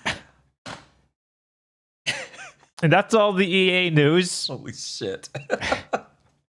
Freedom Wars Remastered! It's real. It's happening January 10th next year. And they say they want to make a sequel. Monster Hunter is right there. If they make a sequel, they could make it not a Monster Hunter game though. So maybe that'd work. Because it does have a goofy story that would be well suited to literally any fucking other genre. But Monster Hunter was popular right then, so they needed to make their Grand Battle game. Yes, Grand Battle, everyone's favorite genre. Look forward to Grand Battle month. Ooh. Funny thing, the credits at the end of that That's trailer. dark. It is. It is actually one of the darkest months I've ever proposed. Every game is over 20 hours and has almost no story. Yeah. Almost literally. I'm trying to and then end our channel. Yeah. And then you play One Piece Grand Battle to for a bit of fun. The end of that trailer actually shows licensing and copyright shit from Sony. So it seems like Sony licensed it out and said, "Yeah, we don't give a shit." Yeah, we're not doing anything with this. Are you fucking stupid? They did put dimps right there front and center. They're like, Of course, it's great. They're like, "You love them," and I'm like, "Most people don't know them, sir." They've only made games for Namco for the past decade. Which, yeah, Namco's published. Yeah, of course. Real fucking good. Real fucking good. I am actually really happy for all the Freedom Wars fans out there. Part of me thinks maybe I should buy this just to be like, my coin was cast into the well. The industry will be a really different place if a Freedom Wars 2 appears. That's how my brain thinks about it. Yeah, I never got into this whole genre, so I just... Is this coming out on things other than console? Like, is it coming out on PC? Is it coming out on, let's say, Switch? I actually didn't see think that. there was a Switch version. I think it had that stuff going, but I'm not sure. I did not see that listed. I was too busy dying from the stroke this announcement gave me. Yeah, no, that's fair. This is irrational to have happened. Completely infeasible. Yep, there's a Switch version. Sweet God. What a world we live in. Square gonna bring back Lords of Arcana or whatever. Gonna bring back all these Grand Battle games. See another resurgence? Well, I say that until they all fail. Look, the important thing is that we tried. I guess. Let's move on. Sure. Fight Crab 2, which is currently in early access, is doing collaboration with El Jedi Ascension of the Metatron. Oh, yeah, of course. This. What? Makes perfect sense, right? No. I think it's already out there. I think you can already go play this if you have the early access version of Fight Crab 2. You get to have Enoch, the main character. He rides the crab. He literally rides on top of it. He's a gigantic crab. And you have a new weapon for the crab that is his arc blade thing, which is like the energy saw that he holds with two hands. And the crab holds it and it's two pincers. Oh, that's cool. Yeah. And the trailer also showed Enoch running around. I don't know if he can actually do that or not. Like on the ground, Right. not on the crab. Right. Really weird to have happened. I hope the stars are aligning for an El Shaddai 2. I don't know what's going to be in it. I didn't read the novel they released with the remaster. If I did, I probably would know and be super hyped. You should read that PDF they gave you. Yes, they gave me a giant PDF. I I could laughed read so through. hard. That's fucking unreal. I was like, wait a minute. Does the Steam Deck have a way to even... I guess you would have to boot in Linux mode in order to read the PDF that came with the game, huh? I don't know. Because I don't think SteamOS has a way to look at PDFs of all things. It might though. I'm not sure. That is a weird thing. Yeah, that's real weird. Real weird. Did the port of El Shaddai ever escape the Switch? It's on PC, but yeah, It's on PC and Switch. Yeah. Because they announced that a bit ago. I don't even know if it's on Switch yet, but I don't believe it's anywhere else. But yeah, I would appreciate it if it was on a console, like a powerful console at some point. Yeah, no, that game's really cool. You just need to get through the first like hour of eating grits. Yeah, and then it's fucking based. Right. It does some of the It's a coolest shit lot more you've than ever a seen. fucking hour. I know, it's more like 3 hours. Bob's trying to trick them, Chris, and you're ruining it. I'm so fucking appalled. We talked about this when you first streamed it, but Dan and Bob streamed that game. I played it back when it first came out, and I'm like, this game is really bad. But apparently, unlike every other 7th gen game where you play 3 hours and then all the money goes away and there's no longer unique content, it's the opposite. The first 3 hours are the dullest, most repetitive shit in the world, and then it has all these crazy mechanics like fucking Tron bikes and shit. What the fuck? Yeah, the coolest shit in the world keeps happening. By the way, that game came out on Switch in April. Oh wow, Okay. great. Yes. Now the other consoles. Thank you. Yeah, no, come on. We also got to see 15 minutes of Ballad of Onara, which is one of those massive super games from China that we saw, like announced, I think back in May. Oh, okay. Yeah. This is the one that had a giant, like, ethereal mystical flower, and the main character had a little girl riding on his back. Now they've actually shown what the game looks like. I have no idea how this is going to be free to play. And I'm worried that's going to completely ruin it. But it looks really sick. It has some Dark Souls mechanics, but also like crazy character switching. The little kid rides around on a wolf that fights with you. Oh, that's sick. And you can switch between like the main dude with a sword and this girl who has a bow and arrow that does like insane like anime nonsense with the bow and arrow. So I'm pretty excited to see how it is, but it does have that like new surrounds next to being free to play somehow. This also shows it has something similar to like the Soul Reaver world switching thing. Ooh. So that like 5 minutes of the trailer is it just playing like almost trying to cue incredibly close to a Dark Souls game. And then he gets to like this tree and puts the girl in it. And she like activates the world and turns everything like ghosty. That's cool as shit. And I'm like, oh man, this could be really cool. Hell yeah. Hell yeah. So yeah, it's 15 minutes. I'd suggest go checking out that trailer. Nice. Oh man, Bob, I can do it. go for it, man. Days Gone Remastered. Woo! You know, the Horizon one is stupid. But at least there's a sequel they could backport like their lighting solution and shit into. Days Gone already runs at like 4K checkerboarded 60 on PS5. Like, what the fuck are you doing to it? Yeah, what could they possibly do to sell this game again? Like genuinely, what the fuck is this really? Is it really as much as like what I said about it was about The Last of Us Part 2, where it's just like, this is for someone who's dumb and doesn't understand they can just buy the previous version of the game and it's basically the same. Hey, Sony, you can't do these remasters for money of games you gave away free to half the PS5 user base. Because for like the first 3 years of the PS5, if you had PS Plus, you could get the PlayStation collection that included this and Horizon and like all their other fucking big PS4 single player games. I kind of forgot that was just on that list. Yeah, Good it was, Lord. yeah. This is the stupidest remaster they could do. What the It like? is. feel Everyone keeps like saying I'm going Killzone insane. Shadowfall is more justified as a remaster. I'm like, it's true. Yes, that game looks rough as shit. Mm-hmm. But No, late like, PS4 for fuck's games. sake, guys, we need to juice every single game we make for the maximum amount of profit. But we also can't use any game from further back than from like 2017. We also can't do Bloodborne for some reason. So no games before the PS4, but also not that one. Yep. Instead, we're going to put fucking Days Gone, a game that we already said didn't do as well as we wanted, and put the team on someone else. Killed a sequel that can get a... What's the fucking...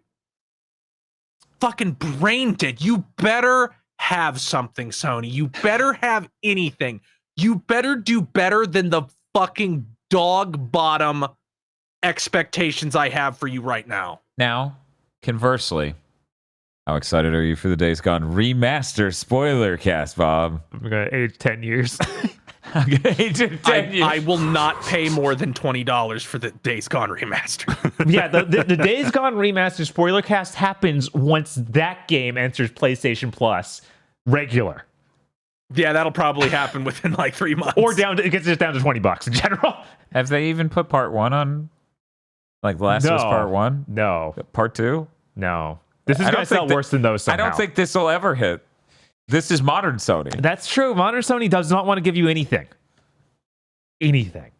It's okay, everyone. I'll just put up a stream goal where we pay for all 4 of our copies. And then we can easily get it done in a timely manner. Chat would love to hear us. Here's the thing, though, chat.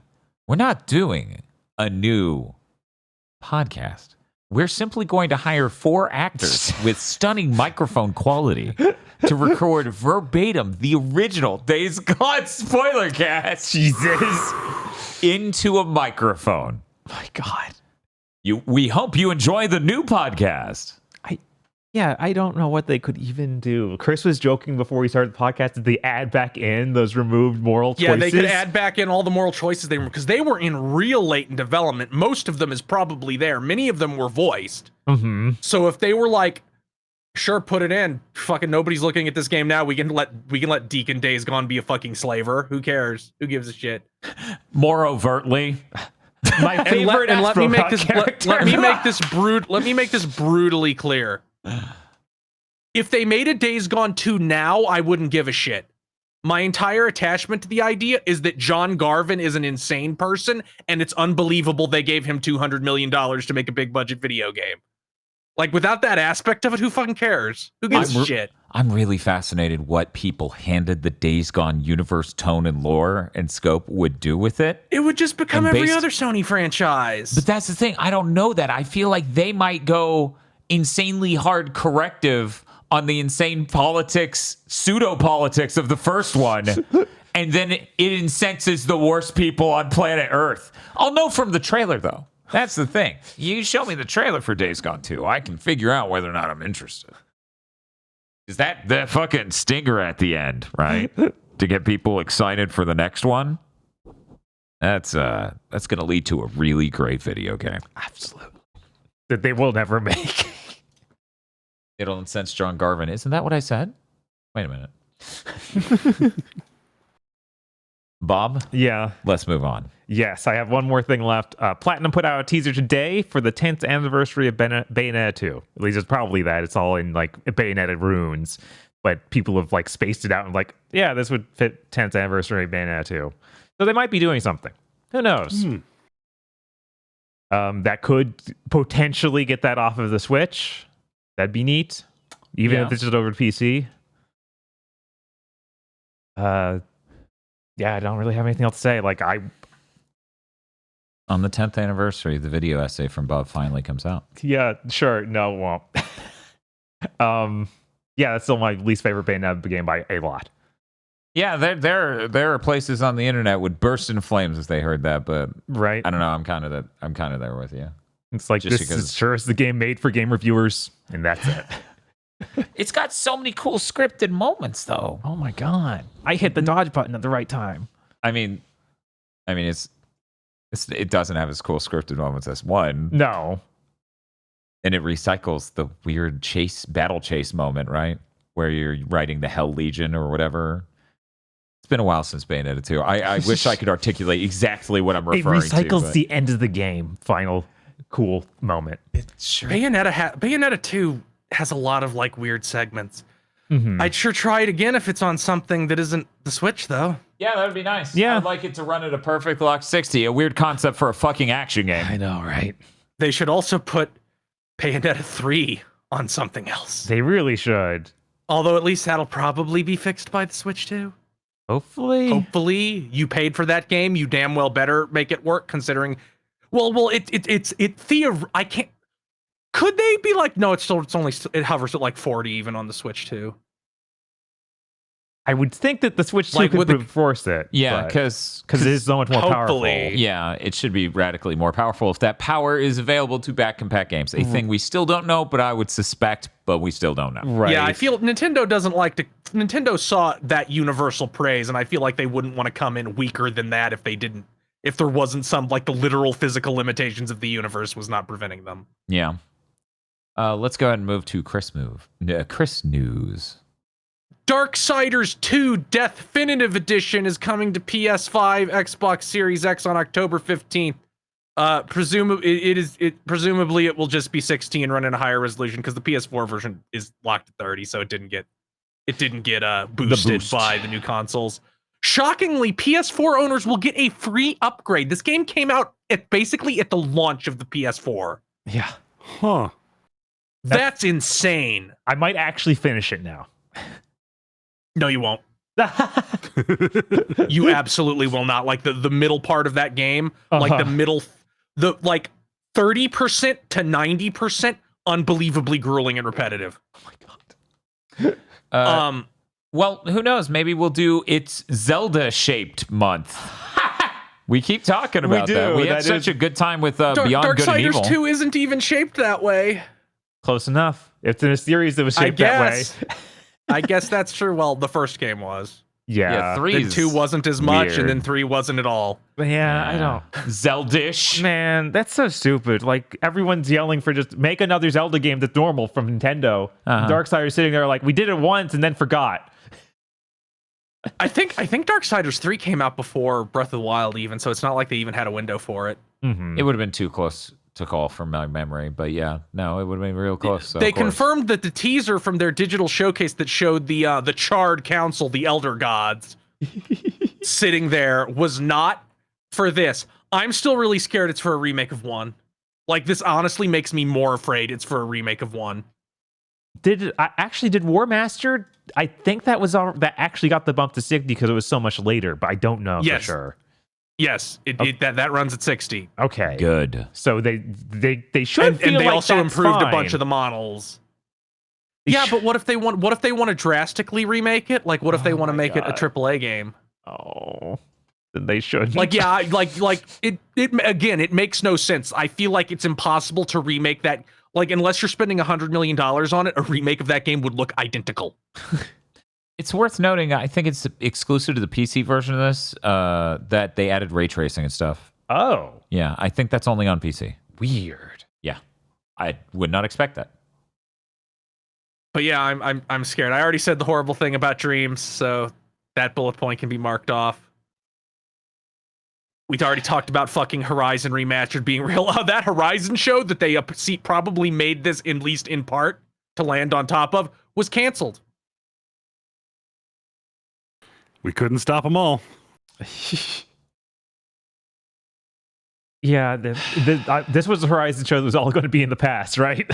Like no future dinosaur stuff at all. Mhm. Yes. What a shockingly stupid pitch. Because that's cheap. It's easy to do like boardrooms in the science fiction world. It's not easy to make robot dinosaurs. Nintendo has filed a patent infringement lawsuit against Pocket Pair. Those are the developers of Palworld. This is not copyright infringement. It has literally nothing to do with the character designs. It is a patent infringement. This is going to take forever because it's patent litigation. Mm-hmm. Sirkin Toto, who runs the game analyst firm in Japan, I forget the name of it, but he did an interview with 404 Games, a gaming site, where he basically is like, yeah, Nintendo does this all the time. It's literal patent harassment. And he's like, here's some patents Nintendo has. Aiming and throwing a thing in third person. With a confirmation screen when a device wakes up from sleep mode. Like a confirmation in the game. Like, you're waking up from sleep mode. Do you want to continue? Yes, no. Mm-hmm. When you go behind an object in a game and there's a shadow outline of the character to let you know where they still are behind that object, Nintendo has a patent on that. And they literally, he was like, yeah, they pissed Nintendo off, so now Nintendo's going to go after them for one of their 1 million patents and force them to pay a licensing fee forever. Because he's like, here's this mobile game from 2021 that they did that exact thing to. Like, they're not going to, like, they don't even benefit from litigating Palworld out of existence. They'll just be like, give us $20 million a year forever. Because you can throw, because we have this unbelievably narrow patent, and this is entirely in Japan. And here's the thing: Nintendo doesn't lose lawsuits in Japan, not patent ones anyway. They literally have a 100% win rate when they take somebody to court over patent shit in Japan, because Japan is a lot more hardcore about that stuff and gives you meanwhile in America, I think something like 70% of patents that go to court are invalidated. The judge says, no, that's fucking too big, go away. Yep, that makes sense. So it's literally just, we have a chance to piss in their Cheerios, they pissed us off, and Sony's partnering with them now, let's go after them. Mm-hmm. Yeah, the Sony Circuit Toto is even funny. like Circuit Toto was even like, yeah, they would lose on the character thing. Like they would lose in court, so they're not even gonna bother.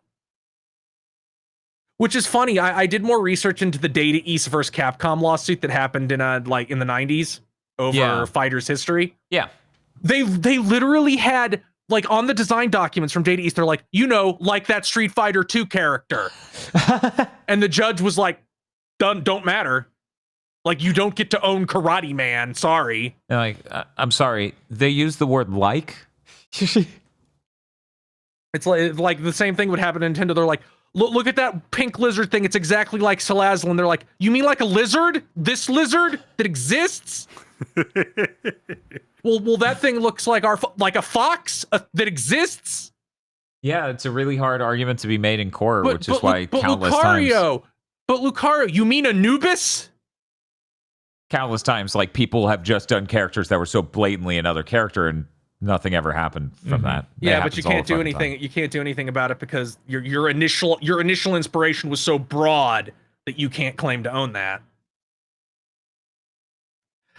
Sony announces stupid shit that sucks. Do you want to go back to real quick? If we can get away with Mr. Grimm and Ghost Rider and no one sues anyone. I do seriously wonder, like, I need people to show me a case where this is ever actually, like, someone sued over character design shit. Right, and it worked. Yeah, so I can see why they're taking the filthy fucking road here of just being like, fuck you anyway. Right, like, God, it sucks that they have I know there's though. cases. I know there is cases where you've been able to sue over character designs in one. Chat filling with Ken Penders. No, Ken Penders didn't win shit, for the record. Archie lost his contracts in a fucking fire and stopped fighting it. But an example that did happen is when Rob Liefeld created his Captain America knockoff that was really transparently just Captain America. He got sued and they were like, he can never throw his shield. You get to have him, but he is never allowed to throw his shield ever. That's fucking hilarious. That's fucking hilarious. God. I'm trying to remember what the character's name was. What that dude's name was. He had like a really shitty looking shield that was like shaped kind of like a star. Fighting American. Rob Liefeld's Fighting American. Whoa. Let me get a picture of this motherfucker because it is so unbelievably blatant that you would like, if you can't get hit over this, there is nothing you can actually get hit over. Right, that's the thing, because my brother tried ironically explain copyright law to me with Mr. Grimm. I think he was just fucking with me because I was like 9 or whatever, and he's like, yeah, you know. That's a really small picture, but whatever. That's Rob Liefeld's Fighting American. He's not allowed to throw his shield, but otherwise he's allowed to rock. You know, no one could take Mr. Grimm from Twisted Metal. They would get sued. And I'm like, oh, okay. Motherfucker probably had an issue of Ghost Rider in the other room. Anyway, let's blow up the cool Fighting American. My God. Yeah, I've never seen anyone like this. It's totally unique design. Yep.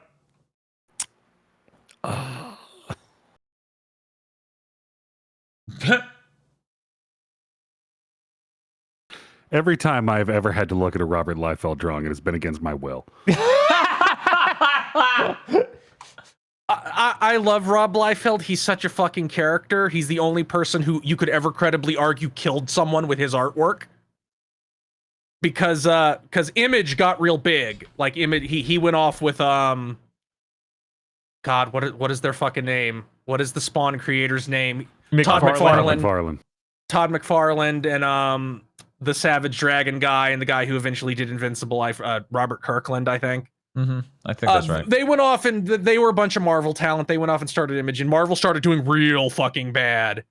Marvel was basically on the verge of bankruptcy from like 1980 until when Disney bought them. But they were like, we're gonna have Image make some of our comics. So Rob Liefeld turned in the Captain America with the big titties that everybody memes on. You know, he's standing sideways. Oh, yeah. And looks like an unbelievable subhuman. Anyway, the then current writer of Marvel's Captain America took that issue home for the weekend and died of a heart attack. Jesus. Are these 2 points of data related? I think we can extrapolate that perhaps they are. We can't prove it in a court of law. If I have a heart attack after buying Days Gone Remastered, are you going to be like, I can't believe Dan died of a heart attack because of how good Days Gone Remastered is? Is that what we're going to... That's what we're going to tell everybody. Shit. Here lies Dan Video Games. He really, really liked Days Gone. Well, I better not have a fucking heart attack in VR chat. I'm not going to like that narrative. Yeah, I keep wondering, because millennials are starting to get pretty old now. We're all pretty old. Who will be the first person where it's like, no, it's confirmed. He died from being too mad on the computer. Well, do we have any broad statistics on blood pressure levels across the entire generation? Do we have a... Like who's going to be the first guy who, like, he saw the actress for Nico Robin in One Piece Netflix and got so mad he died? I'm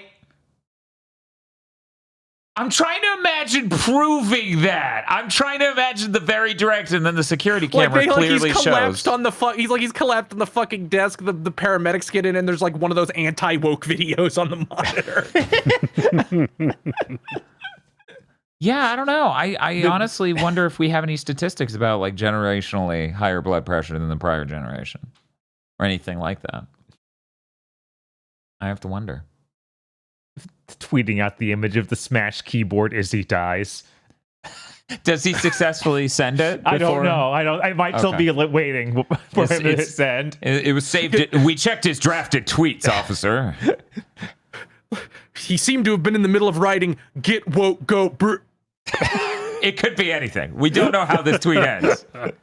Yeah, I don't know. I'm now way too interested in the concept of like a generational blood pressure survey, just to be like, yeah, y'all are fucking stressed out. The reason the older generation still hasn't even caught up to you is they're just not paying attention. Anyways, let's get to the fucking dog shit fucking Sony announcement that I've seen people put on so clown Sony noses announces for. some stupid shit that sucks, specifically the 30th anniversary PS5 Pro, PS5 DualSense Portal, and Edge. They are gray. The buttons are colored again. Why were they ever not? Why were they ever not? I don't know. Why were they ever not? At the very least, why are they not on the differently colored DualSenses? Like, if you want the aesthetic, the pure aesthetic on the one you ship it with, whatever. But why do I not even have the option until now? That the normal DualSense is the one product announced here I might buy at some point when a controller dies. Mm-hmm. There will only be 12,300 PS5 Pro 30th editions. Get it? 12.3, like the launch date of the original PS1. Why not 12,394 like the actual date? I guess that's too hard. That would probably involve ordering more PS5 Pros, like just enough to hit that number, because you getting them like to make in that small of quantity is like, yeah, we have an extra 100 we can't sell or something. Give them to staff? That's impossible. Yeah, I mean, they actually have that DualSense already. That's like, Sony employee exclusive, right? Yeah, I think it's only Jim Ryan's. Only Jim Ryan. Yeah, it was something that was like a special gift for Jim Ryan. Is this like some What an fucking asshole. Curse of the Black Water shit? Yeah, Like, right? Is that, did he put in Davy Jones' locker? What the fuck is going on with the one DualSense that Jim Ryan gets to have? What's he going to do with it? Play a video game? I fucking doubt it. Right? No, of course not. Jesus. Don't be ridiculous. And you know that motherfucker has a media center remote to watch his Blu-rays. He's not going to use he's not going to use that to watch the Blu-rays. These bundles are insane. They didn't even announce prices, which was what really, like, these are going to be insanely expensive. Yeah. Yeah.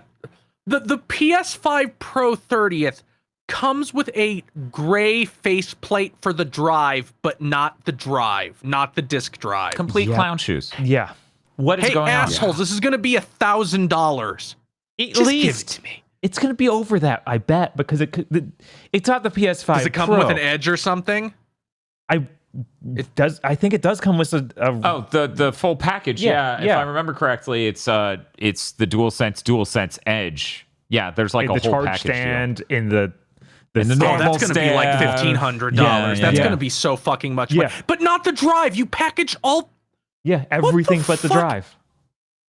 And there's a bunch of little limited edition items that come with it too, like a paperclip, Like and a fucking cord wrap, paperclip. and a cord that actually has the PS1 like plug-in on the side of it. Like Yeah, a it USB looks like the PS1 controller port attachment. which is really cool. Why It's can't I buy unbelievably that? Cool. If they sold it separately, I'd get it because that's cute. That's neat. This is where I'll let you all know I missed all the details of this announcement, and I didn't know why they were. I was like, okay, yeah, it would be funny if they had a paperclip too, just to be like, here, extra value. I didn't realize they literally did that. I thought my co-hosts were making a joke in unison of how funny would it be if this dog shit 30th anniversary bullshit, they just threw as much random objects into the box as they could think of, covered it in PlayStation colors, and went, there you go. It's not quite that bad yet, but we're beginning to hedge closer to Xbox's bullshit of here's a limited edition Series X for this whatever game that's real tiny and we shouldn't have made it for this game, like the SpongeBob one, Yeah, whereas or this the is weird binder wraps. Right, I was going Right. to say, they're more into the binder wraps nowadays, which is still fucking insane. And man, do you think we can get one on eBay for like way too cheap? yeah, I don't even know if they even make them anymore. Yeah, the last one I remember, Starfield. Right? And that they did the actual different system with that galaxy color. But yeah, this feels a lot more relevant than any of that because it's literally like this is basically the only thing they're actually celebrating the 30th anniversary with. Well, you can buy a BMO wrap like from Adventure Time for your that's Xbox. cute. Oh, people are Etsying the fuck out of these. There's like a Demon Slayer one. There's a Broly one. Yeah. There's Goku saying it. There's Rick and Morty, but with stolen fan art where they're Breaking Bad. Of course. For the Starfield wrap, it looks like the cheapest you get it on eBay right now is like $49, almost 50. And the other ones are like, 70, 80. Wow. Uh-huh. I look forward to us one day getting one of those and putting it on the system and realizing, if you move the system, it just falls off. Oh, like yeah. it doesn't stick on well at Oh, all. yeah. That's what I'm expecting. Apparently only PlayStation Direct, except for in countries without Yeah. PlayStation Direct. They're sickos. I might have been tricked. Even if this is some insane price, I might have been tricked if I could trade stuff towards it, like traded my old PS5 towards it. Uh-huh. But no, you can't even do that because this is only through PlayStation Direct. Based on the Twitter reactions I've been seeing, I've seen more positivity towards the concept of the 30th anniversary PS5 Pro than I've seen for the PS5 Pro. Of course. By several orders of magnitude. It actually looks nice and reminds them of when they liked PlayStation. If they Again, literally just served this in retail stores, the PS5 Pro would be a larger success than the PS4 Pro. Literally the reaction I'm seeing. They even made boxes that look like PlayStation 1 era boxes for all the these, accessories and things. Yeah. yeah. Uh-huh. Yeah. which is crazy. They're not even sending that to stores. And yet that would sell in stores. Oh, it was so fucking well. So this is nuts. Yeah. This is absolutely nuts. It's just them. Yeah. It's I didn't expect this. I didn't expect this many people to pop off at the 30th anniversary version of the PS5 Pro. I was like, the internet all agreed. That sucked. Yeah, the price is way too high. Totally understand. That's why they didn't put a price on this. See, they should have just not put a price on the PS5 Pro and then been like, yo, you can't tell the difference. Good. We won't tell you the difference in price either. Like, you can't put a price on proper performance. Just give us your credit card and trust us, bro. Okay. Well, I won't do it for that, but if it has nostalgia, I definitely will do it. I need pisser in the box. I need it. Ugh. This sucks. Yeah. Yeah. I'm probably gross. still buy that controller, though. Don't worry, we can hit Microsoft to end the podcast instead of just How does that make me happy? What happened? it might. So they're ending the Xbox Ambassador program forever. They're not replacing it with anything. It ends October 15th. Cool. That whole part of the company's totally doing great. Nothing going wrong. Yeah, like I keep saying, I keep saying, like the shutting down of all the organs one at a time, like is real. Uh-huh. Like that's an actual thing that's happening. It's not speculation. Like they're cutting down everything they don't absolutely need to live, and they might actually be cutting stuff they do need to live, and we just won't find out until like April when they're like, we're not making another fucking Xbox. Or we would have to put in a multi-billion-dollar hardware order. We're not doing that. I look forward to so many journalists I know who are smart enough to see it coming. Act completely shocked. I am. Because they're going to be like, oh, Xbox was doing fine. No, motherfucker, I listened to you announce all the news that proved they weren't doing fine. But then you kept following it up with, which is smart, actually. Yeah, every other week they're sure. dropping like 500 people, but that's fine. And Game Pass needed to change the bar so that way it's not all the new games from Xbox. It's something else. And also the consoles, we're not doing a mid-gen update. We're doing a super next-gen thing early. And it's going to be expensive, but it's going to be the biggest leap you've ever seen. I mean, sure. Their hardware sales are currently about 0 and not getting any better with nothing on the horizon to get them any better. Sure, they can't seem to ship a game. Sure, they can't answer independent developers' emails to get their game even on their goddamn platform in the first place. Sure, sure, their software sales are also in the toilet because of Game Pass. Sure, Game Pass subs aren't going up and they keep raising the price. Sure, they had to change the name of Xbox Live Gold to Game Pass to be able to count those as Game Pass subs in order to try and trick people that Game Pass is growing. But it was a real shock when they went under. Yeah, sure. They're blatantly now announcing PS5 versions of games before the Xbox versions of them are even out. Yep. But sure, it'll be fine. It'll be fine. Absolutely. I can't believe they went under. Cool. That was a great way to end the Anyways. Yeah. As we were saying earlier, on Saturday, Bob and I are going to play Sonic 06, and it will be the 14th anniversary of GigaBoots. 14 years. And in fact, Heimer-chan will turn 1 year old on that day. God. At least we'll have Costco pizza or something. Is it possible we might go live with a tiny stream on Friday? Who knows? Anything's possible. But the big event's Saturday, so, maybe it'll just be that. Yeah, it'll be Timer Chan's birthday and possibly her death day. Well, it'd be expensive to go out to the event venue twice. Let's just have it be once. Yeah. So please be excited for Sonic 06. I've only ever beaten Sonic's story. I'm very excited to beat it all in one stream. You excited? Of course. I've never seen any part of it all the way through. Only the first hour. Oh yeah, there's two little tiny things I can throw in right here at the end. Sure. Did we? I forget if Bob said it, but during all that Netflix shit, did we talk about how they're doing another Cyberpunk thing with Trigger? No, I didn't see that. They announced that there's going to be some kind of Cyberpunk thing. So cool. I hope it's about Rebecca somehow. It would obviously have to be a prequel. Yep. Yeah, I don't know what else to do there, but let them do something, I guess. I'm seeing people say a lot of people say it's not with Trigger. Oh, it's not Trigger. Oh, who fucking cares? Then go fuck yourself. Wow. Into the dumpster it goes. Oops. And Dragon Ball Sparking Zero will have wacky what if scenarios. I'm so happy. Not just ones you're allowed to make with their scene creator. Yeah. But they posted a clip of what if Goku did not die fighting Raditz. Very exciting.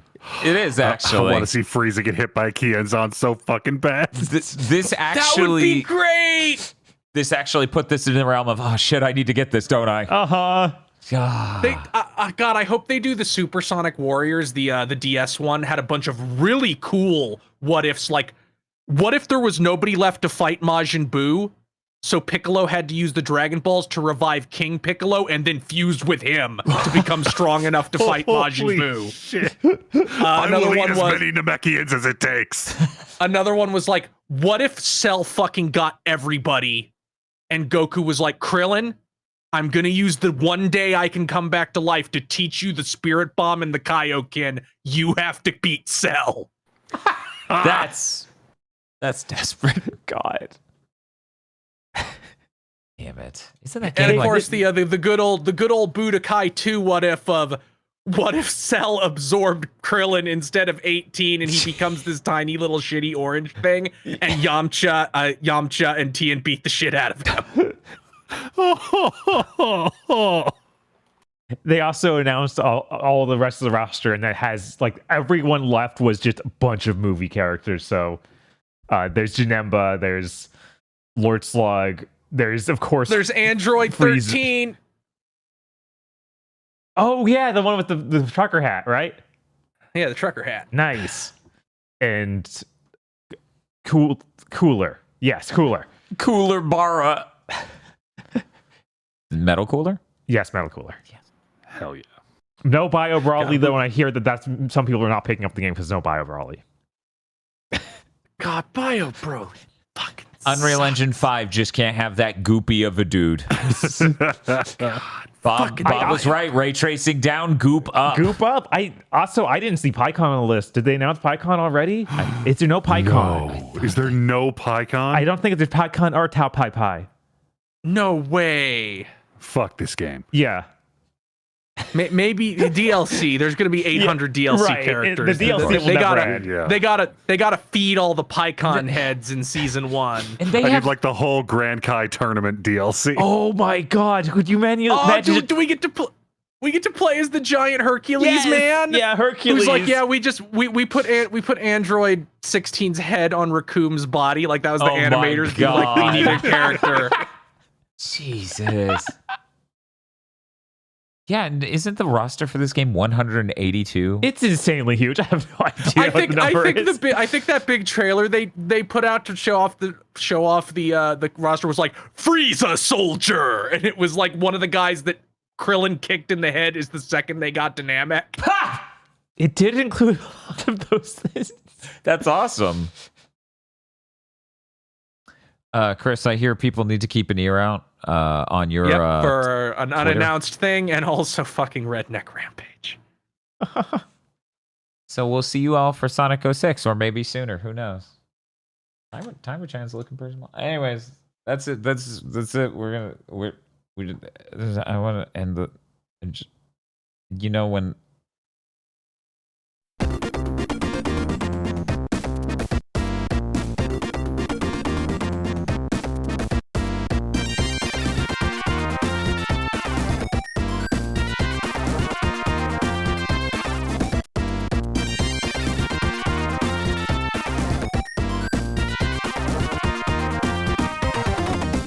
Thank you very much for listening to this episode of Big Think Dimension. Big Think Dimension is only possible because of you and your support over at patreon.com/gbpodcast, where you can get early access to Chugging Bleach, Pokemon Go to the Movies, exclusive access to the movie Isolation 119, exclusive access to Armchair Devs Extras, where we talk more about our pitches that didn't make it into the show. That's patreon.com/gbpodcasts.